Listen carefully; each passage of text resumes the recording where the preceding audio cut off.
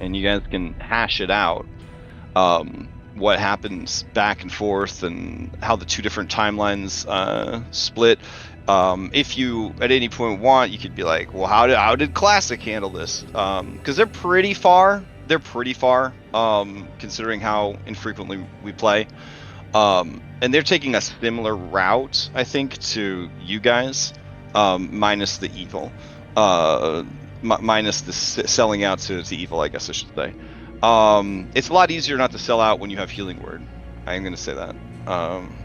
It's a lot easier to, keeping the moral high ground is easy when it's easy. For sure. That sounds familiar. Yeah. All right. Let's see. They haven't gone in to fight, one of the BBEGs on like 7 points of exhaustion.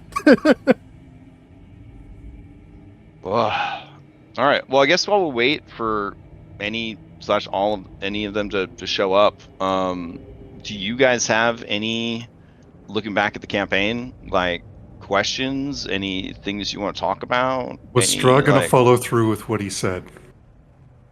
Yes. And wow. in fact, that is the plot line of Nightfall. Is they took Strahd's offer, they became his champions, and they helped him defeat Vampire and break the curse. Yep. That's what we did. Yeah. There they are. Yeah, I don't think that they believed it even as it was happening. But he really did actually follow through on it. I mean, he is like super evil and selfish and terrible, so there was this moment after they had succeeded where he was gonna do some real bad shit, but several social interactions had been pinned to chat leading up to that actually sort of held him back from a full-on betrayal, sort of like absorbing Vampire's power for himself, becoming a true god of darkness, just standard Castlevania shit. And then in that hesitancy, he was actually killed by Irenia. Shit. Yeah, so that's, yeah. I think half of us were planning to betray him anyways. But we all died. So.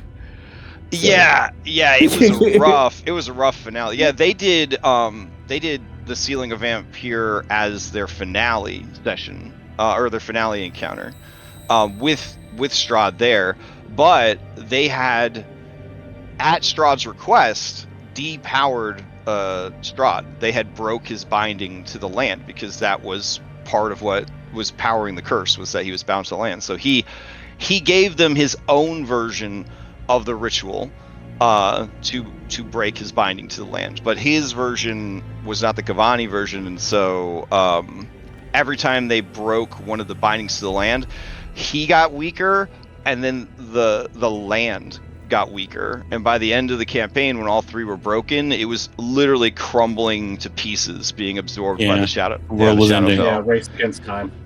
Yeah, because Strahd wanted, if he didn't succeed, he wanted everything to end one way or the other. So he basically created this like perverted version of the Fane ritual that would ensure like the curse ended one way or the other, either with his freedom and the land's freedom, or his complete destruction and the land's complete destruction. So it was definitely a different campaign than what you guys did with your more traditional breaking the bindings of the land, restoring the Order of Argynvost, attacking the castle, staking him through the heart, Dracula style kind of thing. I was honestly very surprised that they took the offer, and there was definitely, from Strahd's perspective, the vulnerability of like trusting these people to do it. It wasn't even that he was afraid that they would betray him and kill him, because he knew like he can't die, like he just has to keep doing this over and over and over again. It was just that their selfish betrayal would lead to failure. That was really his concern.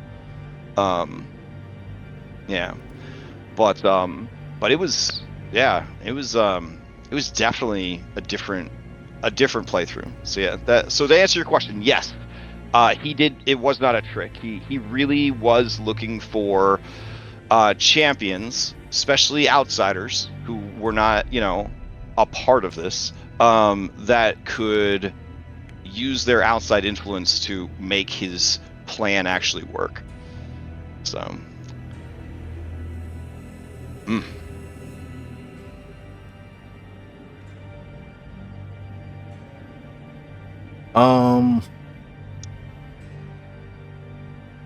mean, I guess I got a question, because dark powers were a through line throughout the whole campaign, a little bit more towards the end after everything. It sounds like you guys went to the Amber Temple and whatnot. How did Nightfall deal with any temptations from the dark powers?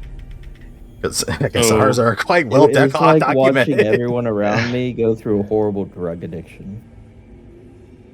So, we all, almost everybody except for I think Remy's character got corrupted, and by some dark power. And then in the Amber Temple, we went through and to each of them and got rid of them. Like fought off the ritual, the thing with their prisons, had them come out, get transformed, and then defeat the dark power versions of ourselves. To varying degrees of success. Yeah, to varying degrees of success. I think the only person who kept their dark power was actually Darby's character. Yeah, Darby's character. He didn't really keep his original dark power. He got a new dark power that kicked out the old one. Well, no. Actually, that his person was the same person the whole time. Oh, really? Yeah. The lady of the lake. Who loved anime and plus ultra heroism. Like, it was the same. Yeah, it was the same patron the whole time. So the weird creature that made the deal that got him to be Henry Jason. I mean, be Jason. Jason. Wait, hold on. I'm forgetting. Well, that was Sergei's doing, wasn't it? No. It was like some weird dark power person.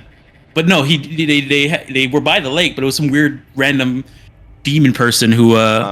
Listen to the words you said. They were by the lake. I see. The lady of the lake. Yeah. I see. Yeah. Remember, these dark powers could take any form they need to. Any form that would be the most effective for what they were doing. Yeah. For Leo is the kind of guy that, I don't think would listen to a woman, if we're being honest. But would definitely listen to a cool, mysterious man. Oh, okay. Yeah.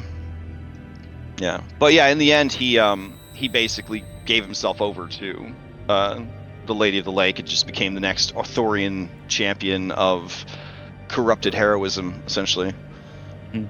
So one of the dark powers basically was like the Lady of the Lake, or basically she represented the evil that comes from misguided good.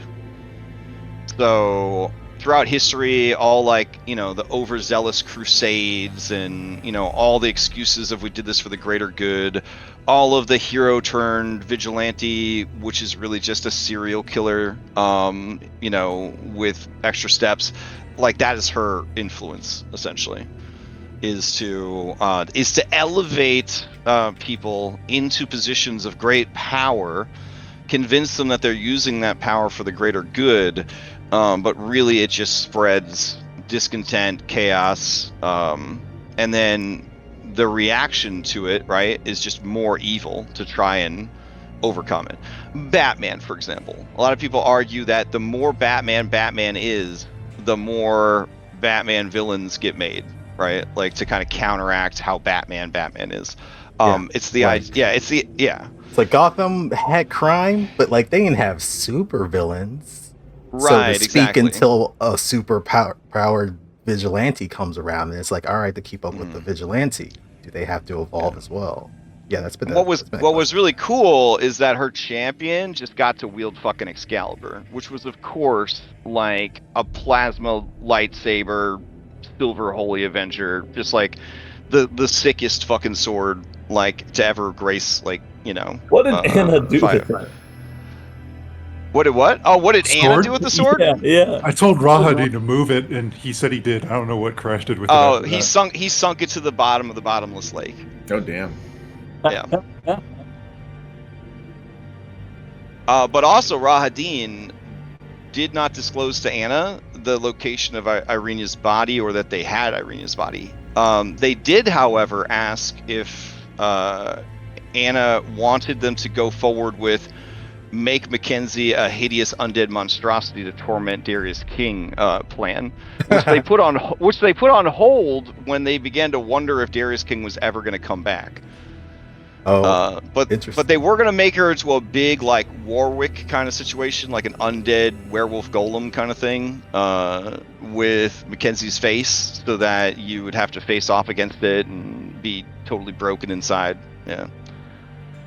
Yeah, because Tarakimis wouldn't have given a shit about that thing. He would have just killed it and moved on. Right, yeah, So exactly. Here's the thing about that encounter, Lex. If you had failed that roll, I would have killed you. There would have been no Tarakimis escaping. And I know the group would have jumped in with me. Oh, that's a good question. Would you guys have jumped in? Would you guys have fought Tarakimis in the final encounter in the crypts when you had like 7 different bosses rushing to your location? Would that have been the moment that you try to take out Tarakimis? I mean, he was true to his word. He was going to help you guys finish this thing. So yeah, would you guys have stabbed him in the back right before going in on all these creatures? Different answer from Living Shane and Revenant Shane. Very true. That was really the reason, is she was going to go at him because she knew that you killed Shane. And it was literally just that roll. So when that 10, when you rolled that 9 on that 10d10, I was like, you are so... you changed the way the campaign was going to go. All right, Nightfall, you have any questions for Daybreak about how their campaign went, or the decisions they made, or how they handled certain things? Why'd you guys agree to play so early? No. It's actually the best time. This is a great time to play. Is this Argon Boss here at the top left?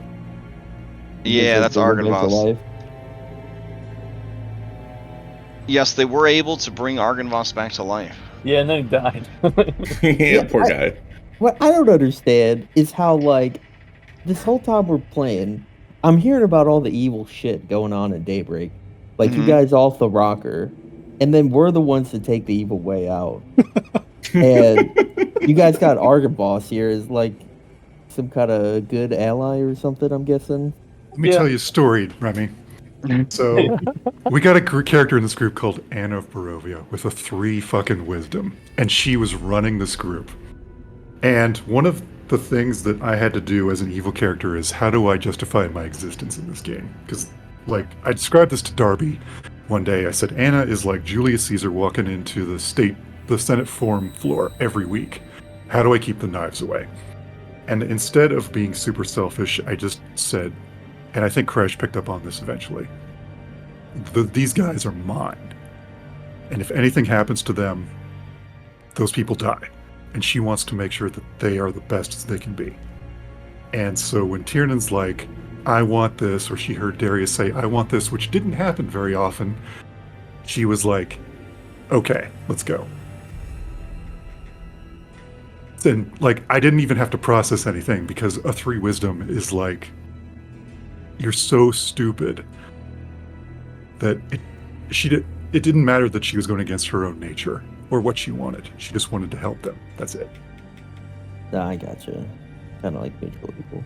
That's the, these are my people. These are my idiots. These are exactly. My idiots. Yep. I fucking love Anna. It was so great playing with this like a deal with the Kingmaker, 3 wisdom, party mom, like. But how'd you get to the good ending? Is my real question. 3 charisma. Like we all very much were like, we're gonna make this deal with this thing, and then we're gonna use that deal to do what we want, which is free this land. And then whenever like one of us was like very much caught up in the dark deal at the time, the others would still be pushing towards the other. So we all sort of balanced each other out because we were being pulled in so many different directions. Also, you guys all really just disliked Strahd a lot, it seemed like. I was with you guys until you left me in the swamps. Mechanically, we could not do anything else. I jumped into fucking quicksand for you, and I knew I was going to die doing it, and it didn't get reciprocated. I mean, that was the second time that you were holding off people to give them a chance to escape, and they did, and they were like, "Damn, sad for Anna."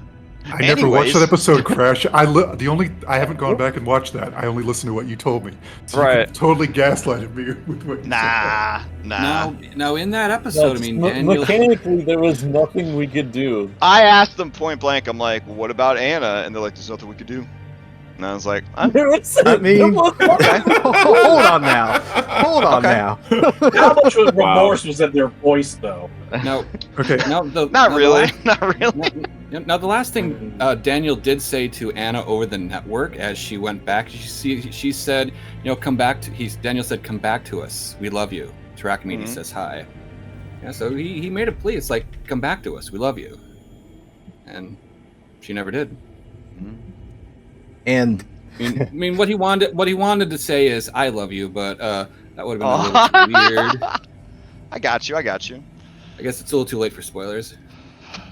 Mechanically, even though we had left Anna behind, we limped out of that fight with both Tiernan and Shane in like single digits of HP to Archimedes below like a 4. You were like a third too, like a couple more of her little whirlwind attack. So if we didn't leave Anna and she was still being under control, either of those 2 guys would have died. Archimedes easily would have died, and yeah, it would have been bad. For context, Nightfall, this was the aftermath of trying to fight Baba Lysaga at her house. No, so we didn't want to fight her. We did a raid. It went perfectly until Anna got charmed.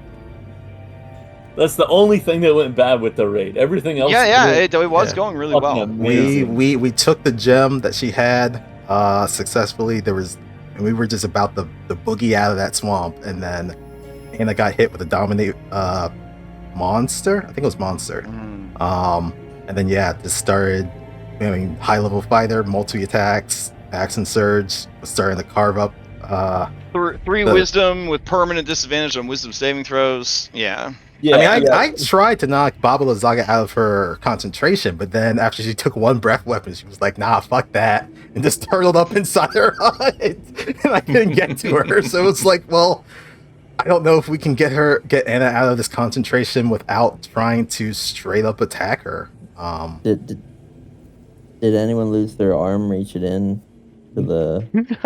No, because I freaking made that roll like a boss. Nice. Yeah, it was.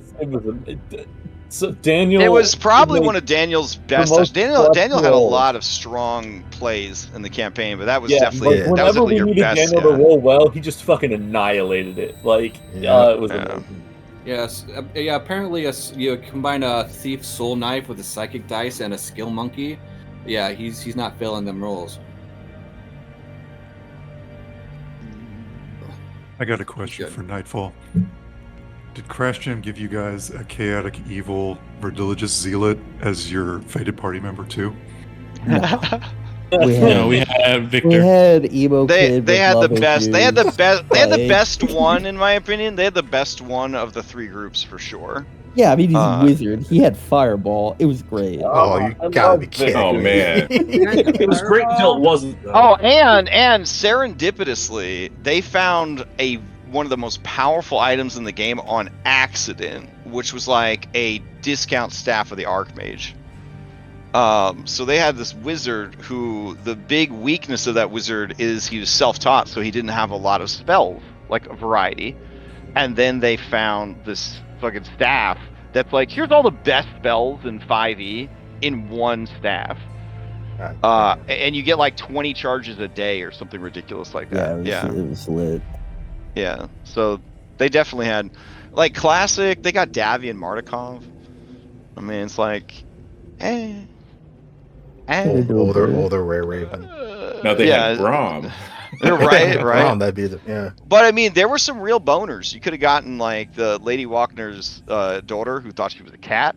God! I kind of wish we would have got that. That would have been awesome. One of the results was just you don't get one. Like that's a big fuck you. Yeah, but hey, that's like some free milestones, right? Because like I definitely met all the requirements that they needed. So there's a free milestone. I feel like it would have been good in that way because you would have instantly gotten a milestone. But outside of that, yeah, it kind of sucks. I think that potentially Daybreak had the most powerful of all the available ones, but the goal that she wanted was a bit. So much baggage. Yeah, they weren't willing to sell out, so they weren't willing to sell out. So they weren't really to sell out for her. Now the Dark Powers, on the other hand. Oh wait, didn't you guys have Esmeralda? No, well we did have her as a companion for a bit, but our fated companion was Zaluka, the werewolf, who was looking for her husband Emil, which we did complete, but then they wanted to take over Barovia and turn it all into a werewolf farm. So yeah. Whatever happened to that girl? I mean, they were 100% killed by the radiant burst at the end, right? I mean, how far did that was that just the castle, or did they go all over the realm? It definitely spread throughout the realm, but I think by the time it would have reached the remnants of the werewolves, I think werewolves would still be a problem. I just don't think they would be a huge problem, like for your guys' timeline at the end of the campaign. Yeah, because they would have definitely had their numbers thinned a bit fighting the Revenants. But the Revenants, the problem with them is they just didn't have the numbers. You know, like they couldn't be in a lot of places at once. Whereas the werewolves, you know, they kind of made a deal with Wagner and were making people into werewolves to bolster their ranks. So just volunteers and criminals and, you know, people that she felt were enemy. And yeah, people she felt were good candidates. That lady. So I was watching you guys, and apparently you guys decided to stay in Barovia. Yeah. There was no way Tiernan was ever being allowed to leave Barovia anyway. There's nothing for Shane on the outside for sure. I think maybe after a number of years of helping to kind of restore, Darius may look to possibly go home. I don't know if that would have been indefinite. I think he probably thinks that the modern world has probably moved on, unfortunately, so he could probably do more good here. Also, think of how much paperwork you'd have to fill out. Mr. King, so you were missing and you were with a bunch of other people. Can you attest for what happened to them? Yeah, we all went into the spooky mansion and it's tried to eat some of us. One dude exploded. Yeah, no, that, and with his fucking horrible charisma, just went bad. Yeah, or the loony bin. Yeah, I got a question. Did you guys fight the abbot and get absolutely bodied like we did? No, we had a day hard with. No. I talked us out of it. Yeah, because that was right after the abbot wanted Irenia's face, and so we fled. And I talked him out saying it's like, you know, if you want to change anything, you can't start it with the mutilation of an innocent. and rolled what did I beat, a 35 on that You persuasion? beat a 35 DC That's to talk crazy. down the Abbot. But they started the fight. Abbot opens up, just nukes one of the Revenants that they had with him, because they were trying to do all the Revenant side quests. So like they had, Slash just have handy meat shields. And so the Revenant's like, stand back, I got this. And he just fucking like Pillar of Radiance, like, wah, and like the fucking dude got undone. And the party is like, we're leaving. Well, we were leaving in the first place. The Revenants were like, we'll hold the line. You guys make it down the mountain. And then we just turned around. We just see this pillar of light coming from the Abbey. And it's just like, oh.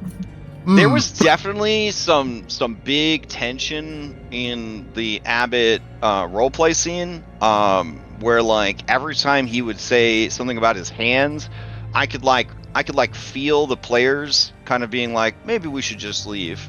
Yeah, we should probably just leave. Like, I don't want to find out what these hands can do that he keeps talking about. I think we should probably get the fuck out of here. Of the three groups, the only group that fought and killed the Abbot was Classic, and they lost 5 NPCs doing it. Yeah, like yeah. Did that happen to you guys too, where you were like, all right, we're gonna recruit all these people and have them with us at the beginning of the campaign, and then by the end of the campaign, you were like, you can join us, but you're gonna die. Yeah, did anyone survive with you guys at all? Well, we kind of just stopped. We kind of stopped. Yeah, recruiting people. We never learned that lesson. No, we took everybody. They lost almost everybody at Baba Lysaga. They lost almost every. It was probably that was fucking brutal. It was probably the hardest fight of the campaign. Yeah, that was worse than dealing with the Abbot. What? There's no way that was worse than dealing with the Abbot. Wait, yeah, hold on. Just better because the Abbot was a TPK because like Irenia basically just gave herself up at that point for him to spare you guys. Yeah. I would say in fights, Abbot, Vampire, Baba Lysaga. Okay, yeah. Could see that. What about you, Daybreak? What were your top 3 I feel like hardest fights? That hard. Coffin shop. Coffin shop. Oh yeah. Castle Ravenloft first time. Castle Ravenloft exploration first time. Yeah. Well, hold on a second. It sounds like you guys had more of like boss fights. I don't think we really had boss fights. We just had fights that were difficult.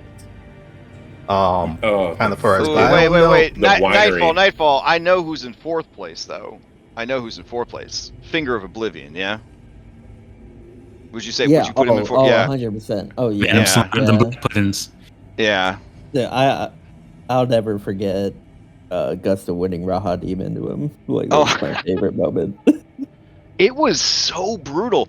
I had, just as like a litmus test, they were doing the unbinding of the land through the Fanes rituals, and so Mother Night was like, fuck all that, and so in the final one, like, Mother Night was like going all out, and I was like, yeah, she's gonna grab a dark power for the final push, you know what I'm saying? She's gonna let one out for the final push, promising it like freedom if they succeed, blah blah blah. So I was like, which one? And I was like, you know what, we're gonna do Finger of Oblivion because I want to see how this group does. And then I'm like, well, that was dumb. This motherfucker right here has a radiant breath weapon. and so he shows up and he's like, we are the Finger of Oblivion, and they're just like, okay. I just drop a 70 damage breath weapon. And I was like, okay, yeah, the groups are definitely not the same. So it's not, that was not my best. Still a really long fight because there was 4 people that were actually doing the fighting, and then Tyrion was just, like, comatose on the fucking plinth. Oh, and then Goldilocks got rocked in the fucking fight there. Like, so she managed to contribute a little bit before she died. Oh man. I guess kind of to a little bit of the original question of NPCs. Like, we had recruited easily double our numbers, I'd say, going in up to the Amber Temple, and we lost all of them on a random encounter. During the night when we were with the Kavani village. So Yeah, we. Oh, yeah, that was- we went through that so was many rough. NPCs. I think we pretty much Oh, only had yeah. like one per PC. So the Honestly. Cavani, Not the even, Cavani, not the even. Cavani village was rough. Cavani village was rough. So on these guys would not stop rolling Strahd as an encounter. It was very similar to you guys. You know, he's like on every random encounter chart, but he's like a 1% on every random encounter chart, but like it just kept happening. So they're like heading towards the Amber Temple, and they get a Strahd encounter, and then so Strahd's meeting them on this wintry, path up the mountain, and he's just like, "Hey guys, I heard you go to the Amber Temple without me. Have you thought about working together? Let's be friends." And Anna is basically like, "You're defective, fuck yourself." And then Strahd is just like, "I see how it is." And so he leaves, and then they get to the Cavani village that they needed, and it's just fucking decimated. And then and then by like a landslide or whatever, and then like because he could control the land, so he like he just destroyed the village. The survivors are like, "Oh, it was terrible, help us!" And they're like, "Okay, we'll help you." And then that night he sent Nosferatu, and Nosferatu has like a fucking half-mile radius like Pied Piper ability, and so he's like just teleporting around, like psychically luring people out of like the refugee camps and just wholesale slaughtering them. And so the party is like going everywhere, trying to find this dude and stop him, trying to save people. They like split up, and then Strahd drops some fucking demons down in the woods, and then they lock on to Van Richten, and they fucking lost Van Richten. I mean, it was crazy. So going up to that trail, to that village, we had recruited Van Richten. Yeah, these guys. What he dropped. Fuck, is it? It's not Casimir. Casimir. Yeah, Casimir and his elf guy. We had. Yeah, that was where we lost Van Richten. That was real rough. Oh, we had just reunited with the Berserker guy from earlier in our campaign. Yeah. We recruited one of the Cavanis to be a guide for us, and the chieftain's daughter. Yeah, the chieftain's daughter, and then there was like one other person that was with us. But yeah, all of them just got split up, and then we lost a kid, right? Is that? Oh yeah, there was a kid that was going to come with us as well, and we lost a lot of kids. A lot of kids. Did Surely you guys... Crash won't kill this cute little kid. Oh my god, yeah. Fuck them kids. Yeah. I had a baby actor and a child actor because the campaign required that many babies and children to die that I needed to have, alternate art for all the babies and children that were going to be killed in this campaign. Yeah, I mean, we I think the only like kid that died on our on screen on our campaign was when we saved that mom and the kid from Bone Grinder. Oh, that was. And then we decided okay, we gotta get back to civilization. Let's go through the woods. Oof. Wasn't good. As far as I know, in Daybreak at least, we did save the orphanage, right? You did save the orphanage. So that worked. Those kids are alive. Yeah. And they even got presents at one point. Oh, yeah. What happened to your guys' I can't remember the name of the major city. Valakai? Valakai. What happened to your Valakai? Voctor's still in charge. Yeah. We were good with them for a while, and then she did something. She said something to Shane that really pissed me off, and I went at her, and then she kicked us out of the city, and we never went back really. Oh, really? So did Strahd come in and kill the Baron and everything? Oh yeah. So we did have. I think it was like some festival or something. Shop. Yeah, the coffin Yeah, the shop. adventure calls it the Feast of Saint Andrel. That sort of timeline milestone is called the Feast of Saint Andrel.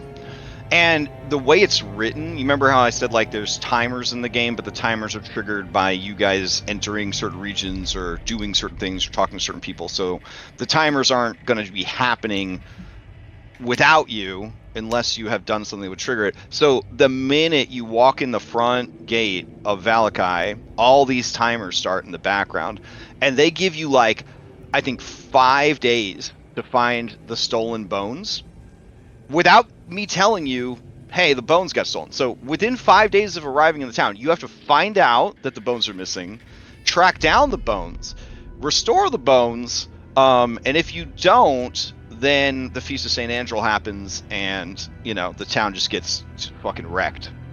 And finding said bones, you have to go through 5 vampire spawn that are just in a coffin shop for some fucking reason. The bones are in the coffin shop. Yep, absolutely. Which is one of the big TPK points in this game. That and the stone grinder. You know what's really funny is we were in Nightfall. We were literally in the coffin shop. Like I think it was me and you, right, David? You guys were talking to the two of you went like by coffin maker. Yeah, we were by ourselves, and this guy's like on edge. Yeah. Fuck. And we're like, dude, this is just awful. Let's go. Like we got the heebie-jeebies, and we never went upstairs. And well, it's he just so warned us. wild He was to like, me. "This is bad. You are going to get fucking bodied if you mess around." Okay, so in Daybreak, this guy did the same thing. And they fucking teleported into the building, and they oh my god, he's like, you need to leave. It's not safe for you. Blah blah blah. This isn't your business. And Anna, who is the Echo Knight, a very cool Echo Knight because it's themed to them being a ghost and stealing a body and then forcing the soul of that body to be their echo and blah blah blah. So they teleport through the crack in the door, and the guy's like, "What are you fucking doing?" And then we were off to the races. I think at that point, we were off. Were you guys all together when this happened, or were you guys split up across the party? We're just town. walking around Valakai, figuring shit out when we first got there. But so we you were guys trying to track down this missing dude who's like helped out at the orphanage. Yeah, something like that. Yeah, and I think the rest of us were at the church. I think at that time. The church, or maybe with Blinsky, poor Blinsky. Yeah, poor Blinsky. That was going to be one of my questions, but I'll leave that for a little bit later. But no, I want to real quick continue my question. So, like, after the coffin shop, like, what happened? Because I think it was a very pivotal turning point. We were invited for us. That we had an invitation to go have dinner with Strahd, and so it was like hang out in Valakai or leave. I think Remy might mean like what happened after the coffin shop, like what triggered in the coffin shop, like what made it so bad? If you guys are saying it's one of the worst things, like well, my new character got turned into a vamp. I got so much crap for that. I mean, I could sum it up real quick. There was two major NPCs were there. 2 of the companions, right? It was Mackenzie and I think Izzy. Irenia? No. Okay. It was Tiernan and Darius and Irenia were at the Baron's house, and then it was Anna, Izzy and Mackenzie, Izzy, Ayla, and Eric. They were looking around. They were looking around for some stuff to do because we were back in town and trying to blow off some steam. And they caught wind of something happening at the coffin shop, and then they all went over there. So we were split when that all happened, and then it got bad. Yeah, and then so they obviously they didn't want to fight. They saw they were outnumbered and outgunned. So it was really just a pitched battle of like them trying to escape. But the vampires, especially at that level, they've got that mobility, right? Because they got the bonus action dash alacrity. They've got the spider climb. They had the dragon with them because the one girl, Athena or whatever, has that dragon. And so the dragon was able to catch up with even the fastest people. And it's like, setting people on fire. And like when they're running, they get stopped by some guards. And the guards are like, what are you doing running this late, running around this late at night? Like, are you causing trouble, outsiders? Blah, blah, blah. And they're like, you need to get away from us. You need to go. This vampire's coming. Yeah, and they're like, what are you talking about? This is nonsense. And then from the shadows behind the guards, you just see fire and the guards just fucking melt, screaming, and the dragon is there, and then they hear the jingling bells of the jester, like jingles or whatever, and it was pretty fucking terrifying. It was a pretty scary, it was a pretty scary situation. Ayla, I gave like Did 3 you guys of our like get out of NPCs Malachi after PTSD. that and just let the festival happen? pretty much at that point. So so we're at the coffin shop.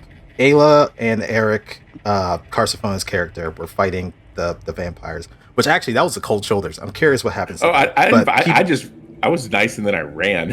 And I got caught. But they got caught. Mackenzie and Izzy are 2 NPCs, ran like, horror girls in the movie, trying to get help. They get stopped by the guards. Dragon catches up. The rest of the cold shoulders catch up with them, and we have no idea. The reason Anna caught flack is because she is fast as hell. I think she has like mobile and action surge and everything. She was gone. At 4th level, I had 45 speed, and I was just like, I need to get away, and I need to be the first person away, so that they catch the other people. Yeah.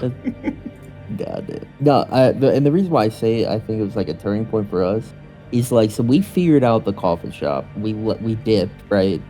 And then like we told people about it, and like the plan was for us to like join Balakai and like raid the coffin shop together.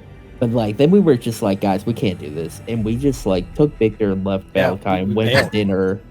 And I still think about whether or not we just run it back and be like, nah, this time we just commit. Yeah, and that's why I think it was such like a turning point for us, because like it's kind of like, we're not really heroes. Like, we're not here to be heroes kind of thing. Like, we're here just like dealing with this shit. And then we're at dinner with Strahd. He's like, let's check in on Valakai. And he like pulls up illusion projector of the carnage. And we're like, yeah, that's cool. Yeah. Thanks for showing us this. God damn. Yeah. Well, because Strahd wanted to see your reaction. He wanted to see if you would internalize what was happening as your fault or his fault. Do you know what I'm saying? Like, it was, for him, everything that he did with you guys was a super fucked up, like, anime, like, mentor kind of thing. You know what I'm saying? Like how Piccolo would just child abuse, like, the kids that he was training. You know what I'm saying? Yeah. Like, yeah, exactly. Like, it was just like his way. You know what I mean? Of like seeing what kind of people you were, like at all levels across every aspect. He just wanted to see how do they react? How do they handle this? How do they internalize this? But yeah, man, like, dinner. Well, I guess the conclusion of that, we pretty much we got our NPCs back because the cold shoulders were like, yeah, y'all gonna need to bounce out of this town. This is ours now. And I think we had gone back to the winery, and we eventually learned the fate of what happened at Valakai. And then we got an invitation to dinner at that point. So then, yeah, I guess it flows into that thing. That was the first dinner, actually, for us. I have a question for you guys, for both groups. Was there ever like a thought of like, fuck that, I ain't going to dinner? Like, was that ever like a thing? Because in my research for the game, and in many of Scotric's games, because Scotric, was kind of my sounding board for so much stuff for this campaign, because he's run it a million times. He's running it again right now. I was like, hey, like, Castle Ravenloft is so much prep, and like I'm worried that no one's ever going to go there because it's too scary. And he's like, no one ever wants to go to Castle Ravenloft. He's like, people will straight up just not even accept the dinner invitation. And I was like, that sucks. I feel like the dinner scene is like one of the best encounters in the entire campaign. Like, I feel like it sets the tone for like so much of the campaign. I can't believe there's people that just don't go. I was like, well, what happens if they don't go? And then Scott was like, well, I mean, he gets his feelings hurt, and that's definitely something. That's something that you don't want to do to a toxic narcissist serial killer with a god complex and actual god powers. That would be like not showing up to Homelander's birthday party. Do you know what I'm saying? Like, yeah. I know we had a discussion when we were at the winery of like, do we accept this? Because he could probably just send everything after us if we refuse. And it's like, are we ready for that shit? Yeah. Probably not. Jonesy and I didn't have a choice. So Yeah, that was There right was before- there was a lot of concern all throughout the beginning, probably half or maybe 3/4 of the game. Okay, where is the line that once we cross with him, he just sends everything after Yeah, the us? point of no return. And Yeah. so yeah, every found- decision that We we talked about made, the point. Yeah, we found was that, way to yeah. do that. It was never a choice for Daybreak because I had the Kingmaker 95% of the campaign. And Anna wanted to go there because there was only 2 ways that she could become queen, and dealing with Strahd is... Now, here's the thing. Anna got the Kingmaker carousing. When they got There were to two roles in this campaign. Yeah, First when they one got... the first one's in that second session when Anna shows up, and then the second role was that fucking carousal role, and I was like, what is even going on? It was where it's Sarah Pools, and you guys know I was gone for like 10 or 15 minutes with Crash, and it was fucking wild. And I'm sitting there going, what is this? I remember there was something that you were talking about, like you had a conversation with like a dude that didn't have eyes and like starry background or something like that. I was like, okay, that's very weird. And then when we started kind of going further and started learning about dark powers, I was like, oh shit, she got visited pretty early. So all of the carousal stuff is open to GM interpretation, right? But the results are like a guideline. So this was the result that you got. You wake up to find yourself seated at a table. There's a quill in one hand and a small cut on the other. Across from you sits a well-dressed but sinister man, a man of wealth and taste. In front of you is a contract detailing an extremely complex term, the exchange of power for your immortal soul. Once the contract is signed, or if the PC refuses, the man disappears in a cloud of sulfur smoke. So I was like, well, I know exactly what this is about in Curse of Strahd. You know what I'm saying? Like, there's nothing that's just there. That's just low-hanging fruit. And Do you remember that conversation? We said like 2 things to each other, and then you're just like, here's all your powers. Yeah. It was crazy. He goes, you want to be Queen of Barovia? And I was like, yes. And then he was like, is that it? And I'm like, yeah. I didn't ask about anything. No strings, just like, I'll be Queen of Barovia. That's very true. Yeah, this dude, right? Yeah. Oh man. I also loved the visuals of Xanthorus, the Kingmaker, that you would occasionally see just like hovering just above her head, like this inky crown of darkness, just sort of constantly like slowly rotating. Sometimes made of chains, sometimes made of thorns. I don't know. Yeah. The first time he popped up was when I killed Eric, and I thought it was Strahd talking to me, and I was like, what's going on? And so that's when all that conversation went on in Discord, and I saw your response, and I was like, oh, it's not Strahd. Okay. Oh, I have a question as well. Who turned Ayla? When she accepted, was it Vampire? Okay, so normally a vampire spawn cannot create more vampires, and you were killed by one of the charming, good-looking guy from the Cold Shoulder. Yeah, Cold Shoulders. Yeah. Yeah, his name's like Richardson, I think, or I think it was Peterson. Peterson. Yeah. Thank you. Yeah. So you were killed by Peterson. Peterson would not have been able to make you into a vampire. So what would have transpired is that, yeah, you would have been in that moment elevated by Vampire, mostly just for his amusement. Because, you know, Strahd is his ultimate plaything. This is his Play School Deluxe Dollhouse. And wouldn't it be funny to have a second champion challenge his main champion kind of deal? Like, nothing makes people work harder than a little competition. So that was sort of, yeah. So that was sort of the direction that he was going. Yeah. But the dark powers you had. I mean, one of the groups got a full tour of like the dark powers, which was kind of neat. But Nightfall, very early on, Great Tar Hack. Ooh, they're coming in Rabadi. Hello? Or is that me? Am I back? Hello? Yeah. Okay.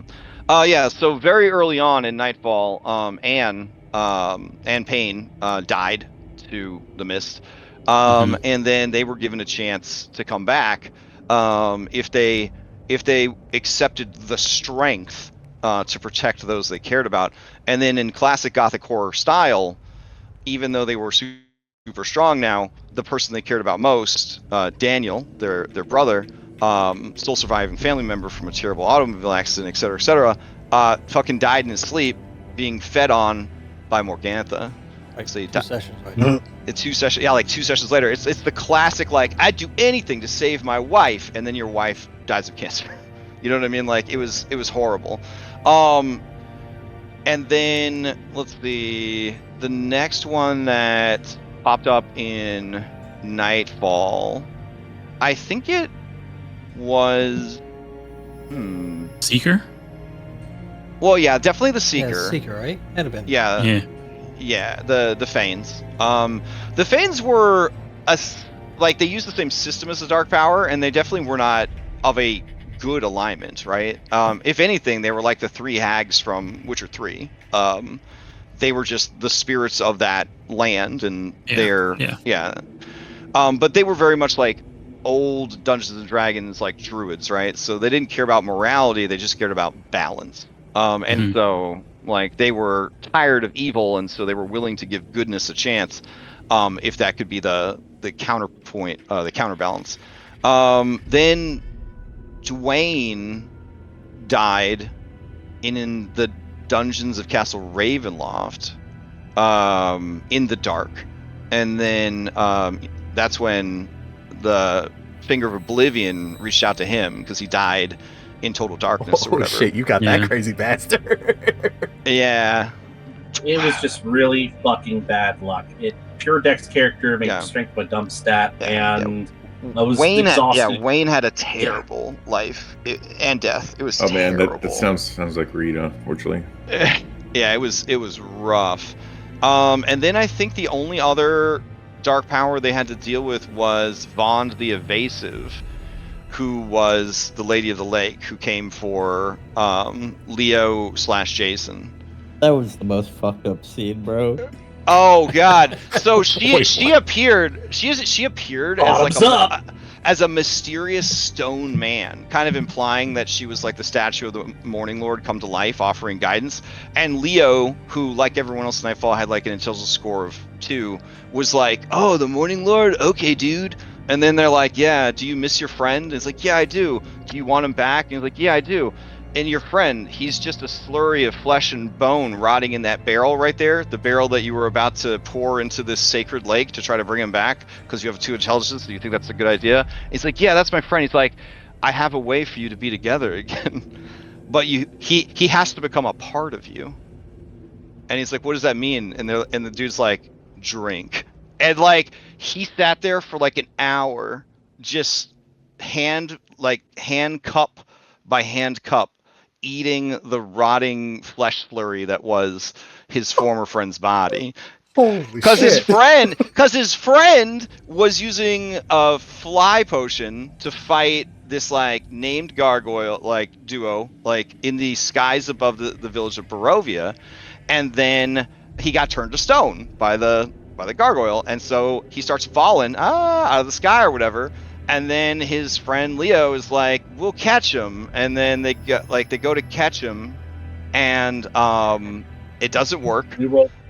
It did not work. Really bad. We tried so hard. And they were re-rolling, they were fan spowing, like, and it didn't happen. And he hit the ground and he just shattered. Fighter like trampoline net to catch him. Yeah. The stone, the soul that was falling down. Yeah. So he put the gargoyle in the barrel. What is wrong with you? Well, So they put his pieces in the barrel. They put the pieces in the barrel, and then they're like, "Fix them later," and they bung the barrel closed or whatever. And then it's just kind of a thing, right? They're like, "We've got them in a barrel. It's fine." So then they get to Van Richten's tower, which the interior is an anti-magic zone, and they bring the barrel in, and then the stone turns back to flesh, and now they just got a barrel full of meat chunks. It was a whole thing. It was a whole thing. God damn. Yeah. Oh man. And Taylor's just there cheering him on like he's on hot dog number 60 at a hot Yeah, dog. you were encouraging that? That was encourage that. It was Because horrible. we were originally totally going to dump that barrel in the spring. Like we had Six talked intelligence. about it before. Me and Darby, we had a plan. So if you had followed through and you had dumped the meat slurry into the pool, you would have like just ruined it. You would have just ruined it. You know what I'm saying? And then the people of Krezk would have to like do like a witch hunt, find out who like vandalized / desecrated the holy pool. It would be like it was gonna be a whole thing. Taylor would have preferred that outcome over losing Leo. But because it was a body of water, and then Leo was at like his, at his limit essentially, right? He was at the lowest he could ever be. That gave Vaughn the evasive the ability, because she could like go through bodies of water to reach out and try to corrupt him or whatever. So yeah, which probably worked out for the best, all things considered. No, I would have rather had Leo. Leo was a more interesting character. Taylor would have rather had Leo. So, but I think we needed Jason's power to finish. Yeah, Jason's power was pretty clutch. So he's not so useless. There were so many like pep talk sessions with Leo where it's like, Leo, you just need to find your own strength, what you're good at. You just want Leo. Just be Leo. I loved Leo. I thought Leo was great. But I love Leo too. Leo did have like, the same. Yes, you can walk 5 extra miles today. Leo had the vibe of a Pathfinder 2 support bard. You know what I'm saying? Like, outside of combat, he was very useful and he had a lot of things that he could offer. And in combat, he had one cool thing. He could give you another plus 1d4 to like the rolls you're making. So it very much felt like he had a second cool thing. He had a second cool thing. It was the rope with the hatchet on it. A rope. Leo, you got your rope. Oh my god. I remember the first time you threw it, and I was like, "Oh, okay, so you got some like A5E shit where like it like turns into a weird like whip weapon and it comes back to you." He's like, "No, I have to reel it in," and I was like, the same thing that Larry's doing right now. Yeah. I was just like, buddy. Ooh, boy. Okay. My favorite thing about Leo, though, is the false confidence. Like, I'll make this roll. I'll set myself up in this social situation. It doesn't matter if I'm a +1. We'll be all right. And it's like, Leo, you need to just let other people talk, bro. I think he role played an upper middle class / lower high class American like really well. You know what I'm saying? Like, he was a pseudo trust fund baby, right? Like, he really didn't have too many financial worries. He just kind of like, was living his life kind of thing. Yeah, he had confidence. Yeah, like he just had he had the confidence of an American man. You know what I'm saying? Like, I can do it. That's all I need to know. I'm here. I can do it. And I felt like you carried that energy with that character really well. He also had the sense to if it got bad, we should probably just run. We shouldn't get involved with this. Oh yeah, he was the first one to cut and run. I don't think we ever figured that out. In Daybreak, they had a lot of dark powers. You heard about Xanthus the Kingmaker, but then somebody fell and they fell. They were they would have died, and then they got approached by this lovely lady. Oh my god, Fekre the Poxmother, and they were like, "Yeah, I'm down." And the reason that she reached out to him is because he was a blood hunter, so he was already like doing shit to his body anyways, like kind of messing up his body and stuff, like for power. And that's kind of what she's about, right? Is like the consumption of yourself to kind of power yourself up, and the corruption of the flesh and things like that. And that character did not have a very good time at all after that. I don't mean the whole time, but after that for sure. Eric and of course his nephew Matthew. That was a tough time. God, yeah. So then, gosh, who was the next one that fell to temptation? I want to say it was Tarakimedes, right? Or no, it was probably Brenhala. The first one that was Kingmaker. Second was, I guess, his Poxmother. Third would have been Ayla and whatever happened with her. 'Cause she was Oh the yeah, next person who died. with Vampire. Yeah. Yeah. Yeah, I think the next one would have been Tarakamiti because it had been a while, and then we came back from the castle, was trying to do the whole werewolf cure, but Kenzie dies, Darius goes into super depression, anger, and then Tarakamiti reaches out to him. Yeah, so the reason Tarakamiti's targeted you is one, if you had more knowledge, like you could have probably prevented what happened, and then the second was you were asleep on a fresh grave. And so he was like, yeah, this could work. He was extremely disappointed by how dumb you were, though. He was kind of looking for, but it worked out for him. I mean, he really managed to pull it off. So sometimes a dumb underling is actually the best kind of underling, as long as you have the resources to micromanage them. That's the thing. He was a strong body, but not a smart body. Darius. Then the party had adopted a hill giant and his bear, and that was pretty sick. But Baylor, then, yo. yeah, Baylor, and then and Daniel became like really attached to Baylor, and then there was a shrine of thunder that Baylor had activated, and he was actually carrying around Zrinhala's power. And then when he fell in the battle against the tree, the Gulthius tree, whatever, Daniel was mourning his loss, and then that's when Zrinhala kind of made the offer to hop on into Daniel, and that was the whole thing. And then you had actually, that would have Shane. happened before Terracnes. Yeah. So then you had Shane who had nothing going on. He was just trying to help the abbot, trying to be a good guy, trying his best. And he wasn't being treated very well by his evil companions, who kind of saw his mortality as a weakness and his earnestness as disingenuous, and they hated him for what I was going to get killed. Yeah, and so when they got to the Amber Temple, it was very much like Gibby and I had to have a chat. Right? Because I was like, I don't think you're going to live through this dungeon. You know what I'm saying? Yeah. So we need to talk about your options or whatever. And then I said, this is a good place to pick up another character because they could be trapped here in stasis, blah, blah, blah. And I said, there's only one thing that Shane wants.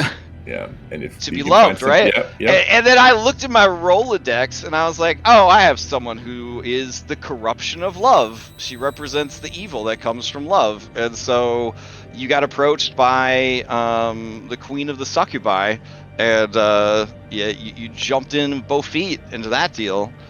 And then so those were the dark powers between that became a Coyote Ugly situation real quick. Wait, so they didn't have anyone that abstained? In the end, I made a deal with the Fanes. I was with the Fanes. I wasn't with one of the dark powers, but we all made overall. All of us made I deals, encouraged it a lot, Remy. You got to realize that there was a lot of soft power getting pushed at these guys, and there was a lot of peer pressure too. A little bit of nuance. Yeah, there wasn't really peer pressure in Nightfall because everyone that had one was just suffering, hard suffering. What I saw was we were getting our butts kicked so much, and I was like, the only way we're going to get tougher is if we even the playing field. And so when I got this, it didn't give me great powers. It gave me a high charisma at the beginning, and that was about it.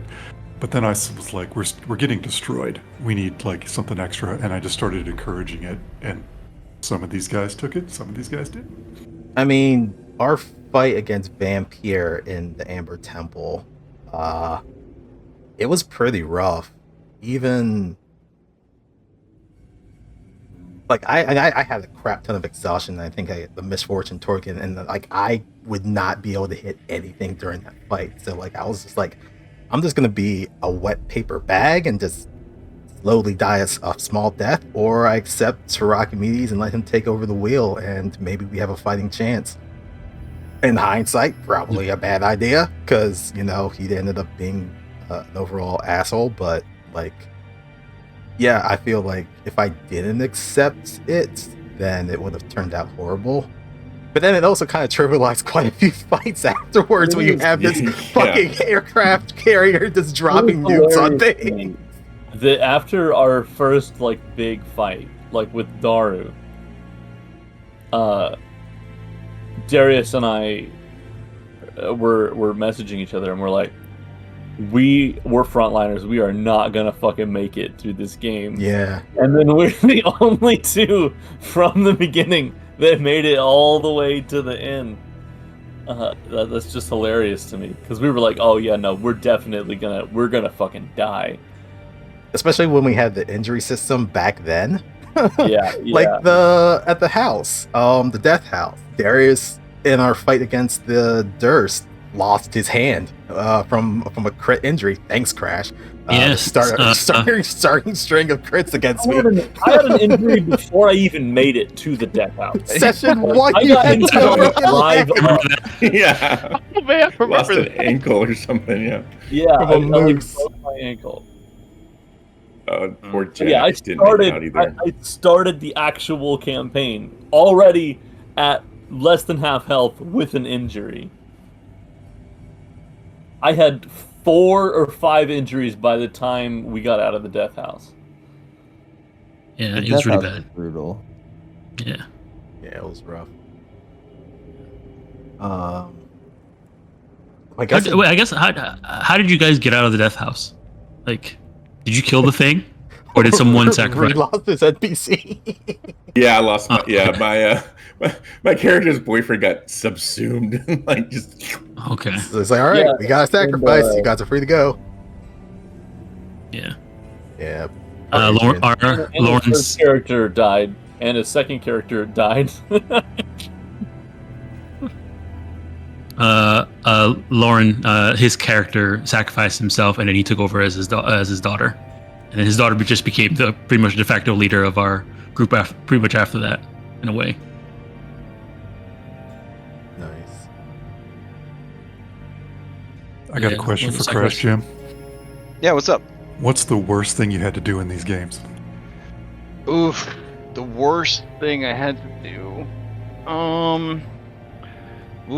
Honestly, the worst things I had to do in the Odyssey games were so much worse than the worst things I had to do in this game, in so much as this game, everyone knew what they were getting into. Do you know what I'm saying? Like, so delivering gothic horror and cruelty and sorrow and loss and sadness in this campaign, it felt bad, but it was like expected. You know what I mean? Versus like other games where like delivering something terrible and heavy and cruel and unfair like that definitely gets you choked up, like trying to do it. But here, man, what was the worst thing across the two games? Oof. Oh man, you know what? This is specific for Nightfall, but Parple. I was about to say, cooking like Parple inside the inside the wall of force. Just any time anything bad happened to Parple, I would start tearing up. I would get choked up really, really hard. And I felt bad too, because Parple is we didn't have him. Well, no, we met him in Barovia Village, but did you guys recruit this guy? Yeah. He was the beginning of the campaign. He carried MVP. Yeah, he was. If you were an Apache helicopter, he was like an armored tank unit. You know what I'm saying? Like he was absolutely beast mode. And a multi-attack that was three strikes, 3 hits. Yeah. He hit so many hit points when we had none. So Raw, when you recruit him, he has 112 HP and a natural armor class of 15, makes 3 attacks per round. And you could recruit him as early as level 2, because he's in the village of Barovia. Yeah. But he is he's special needs, right? He's cognitively impaired, and that's per the adventure. And I felt kind of bad because it was like Tropic Thunder, right? Where they're like you ruined your career because you never go full retard. You know what I'm saying? Like you never go full retard. So I was like, how do I role play this guy without being offensive or disingenuous, right? Like how do I kind of, and I used to work with special needs children too, so I kind of was like, ugh, this is like a tough situation. I kind of wish I hadn't recruited this guy. Kind of wish I had just left him out of the campaign. But his story for what happened and why he got recruited and all that was really heartbreaking. Like, because he didn't understand, right? Like, so much of what was going on, like he just didn't understand. And so he only had like his gut instincts of like who he trusted and who he didn't trust, like who he felt was good and who he didn't think was good, and just kind of like trusting them to take care of him, right? And put him in the right place and lead him down the right path. And they were everything, right? Because he lived with his abusive uncle, his parents were dead, it was the only family he had, he got upset and he killed his uncle. And then, you know, he was going to be tried for murder and all this other kind of stuff. And so like, and he didn't understand why. He didn't understand how he could have killed his uncle, right? Because he didn't understand his own strength and all that. And so there was this character that just kind of like, the party was like, oh, I guess we got this guy now. And the first combat, right? They're like, holy shit. Like, holy shit. This guy's fucking beast mode. And his earnestness, right, and his purity and his innocence, like it was a very grounding element between him and Irenia. It was like the humanizing aspect of the campaign. It was really like, as people are becoming monsters, as people are losing their way, as terrible shit is happening, you had this guy, Irenia, and I would say Leo to a certain extent, were like kind of keeping everyone grounded. And then when the party lost Irenia, all they had left was Parple, and they almost lost Parple if Irenia had not made the deal or whatever. And I mean, it was just really heartbreaking every time something terrible happened. Me in my mind palace, right, having to take Parple aside and explain to him like, well, this is what happened. And he's like, you know, he doesn't understand. And it's like, you know, and it was I get choked up just thinking about it, because it would take me back to those times when I was a special needs teacher and, you know, working with those kids and the struggles that they go through and the adversity they have to deal with, and like just the idea of any of those children being forced into Barovia was just like heartbreaking. And so this character, bad enough as it is, and then him with his emotional state, I guess, to say, that kind of makes it harder. Oh yeah, it was a big trigger for me, this character, and then having to do horrible things to this character and drag this character through horrible things, and having to be in the headspace of this character, trying to remain pure, trying to remain good, and not understanding all the horrible things that were happening. Like, not even why are they happening, just the things in general, just being so lost and so scared and so confused all the time. So yeah, that was probably the hardest thing for me. Dude, Madam's role playing with like Parple is so nice in the beginning, and then Anne just goes down this super dark path, and Parple's just like looking for Anne's attention, and Anne's just like, yeah, Parple, I forgot to use you. No big deal. Do you remember when Anne grew her first extra head?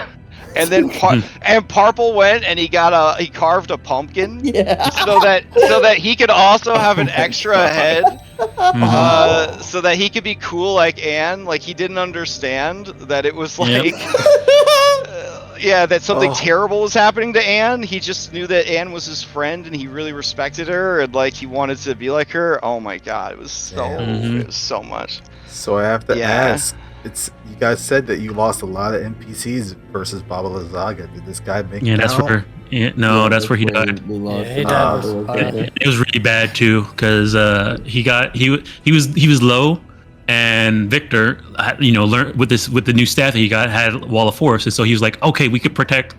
Parple was really down, and we didn't want to have Parple die, so we put him inside the Wall of Force to protect him. He's on the floor. He's not gonna get hit. But the problem is that the Scarecrow effigies, whatever they take damage, it does damage to other people. And there was an effigy for Parple, and that effigy got burnt alive, and so Parple got cooked alive inside the Wall of Force. Yeah. Damn. Yeah, we lost 2 characters there. Yeah, we lost. Not Wayne, David's but crap, what was What was his name? The woodsman. He wasn't there. He was only there like 4 sessions. I'm so sorry, I can't remember. His name was. Oh man, he loved his mother. He did. He was a werewolf heavy gunner from Valda's. Did David have to dip? Yeah. it looks like okay. I think his name was Dimitri. I want to say his name was Dimitri. I'm pretty sure. Yeah, but Yeah, he got to the dinosaur. He got eaten by a Tyrannosaurus T-Rex. I think you mean the rare mountain lizard, but the rare mountain lizard. Yeah. Right. There are no dinosaurs in Curse of Strahd. That's ridiculous. Okay, that's ridiculous. Oh, you mean the mythological tri-horned behemoth that's in the fucking mountains? That was one thing I wanted to look at, but yeah, we had other things to deal with.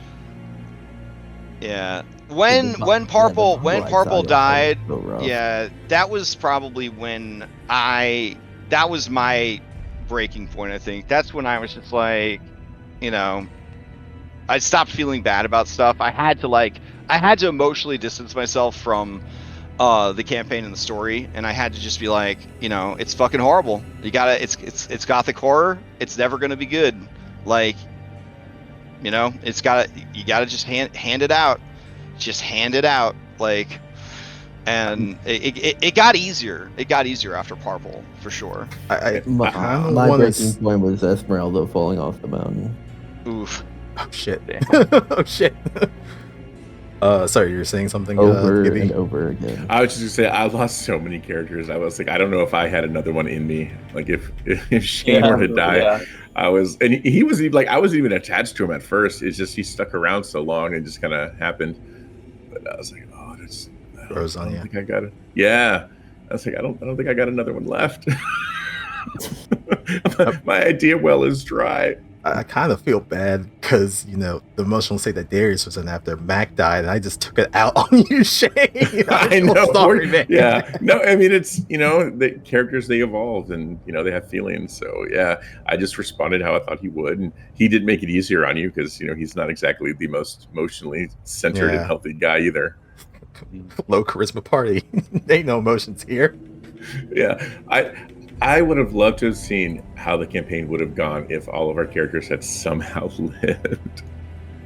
Like how would it have been if Reed had, gone further? Yeah. I mean, Reed had a chance. He did have a chance, but you were just like, I love this character too much. I can't do anything. Yeah, I can't do anything else to him. Right? So my first character got his foot bit off by a werewolf. Then he got his hand cut off by a berserker. Then he got he got bodied by archers, with sniper archers.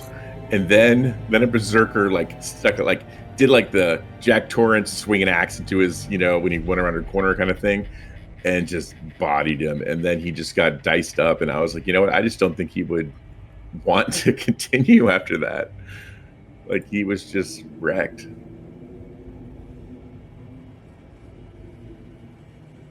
And then I feel that we lost Ayla for she came back after the coffin shop, but and then she I was like, oh, I get to play a vampire.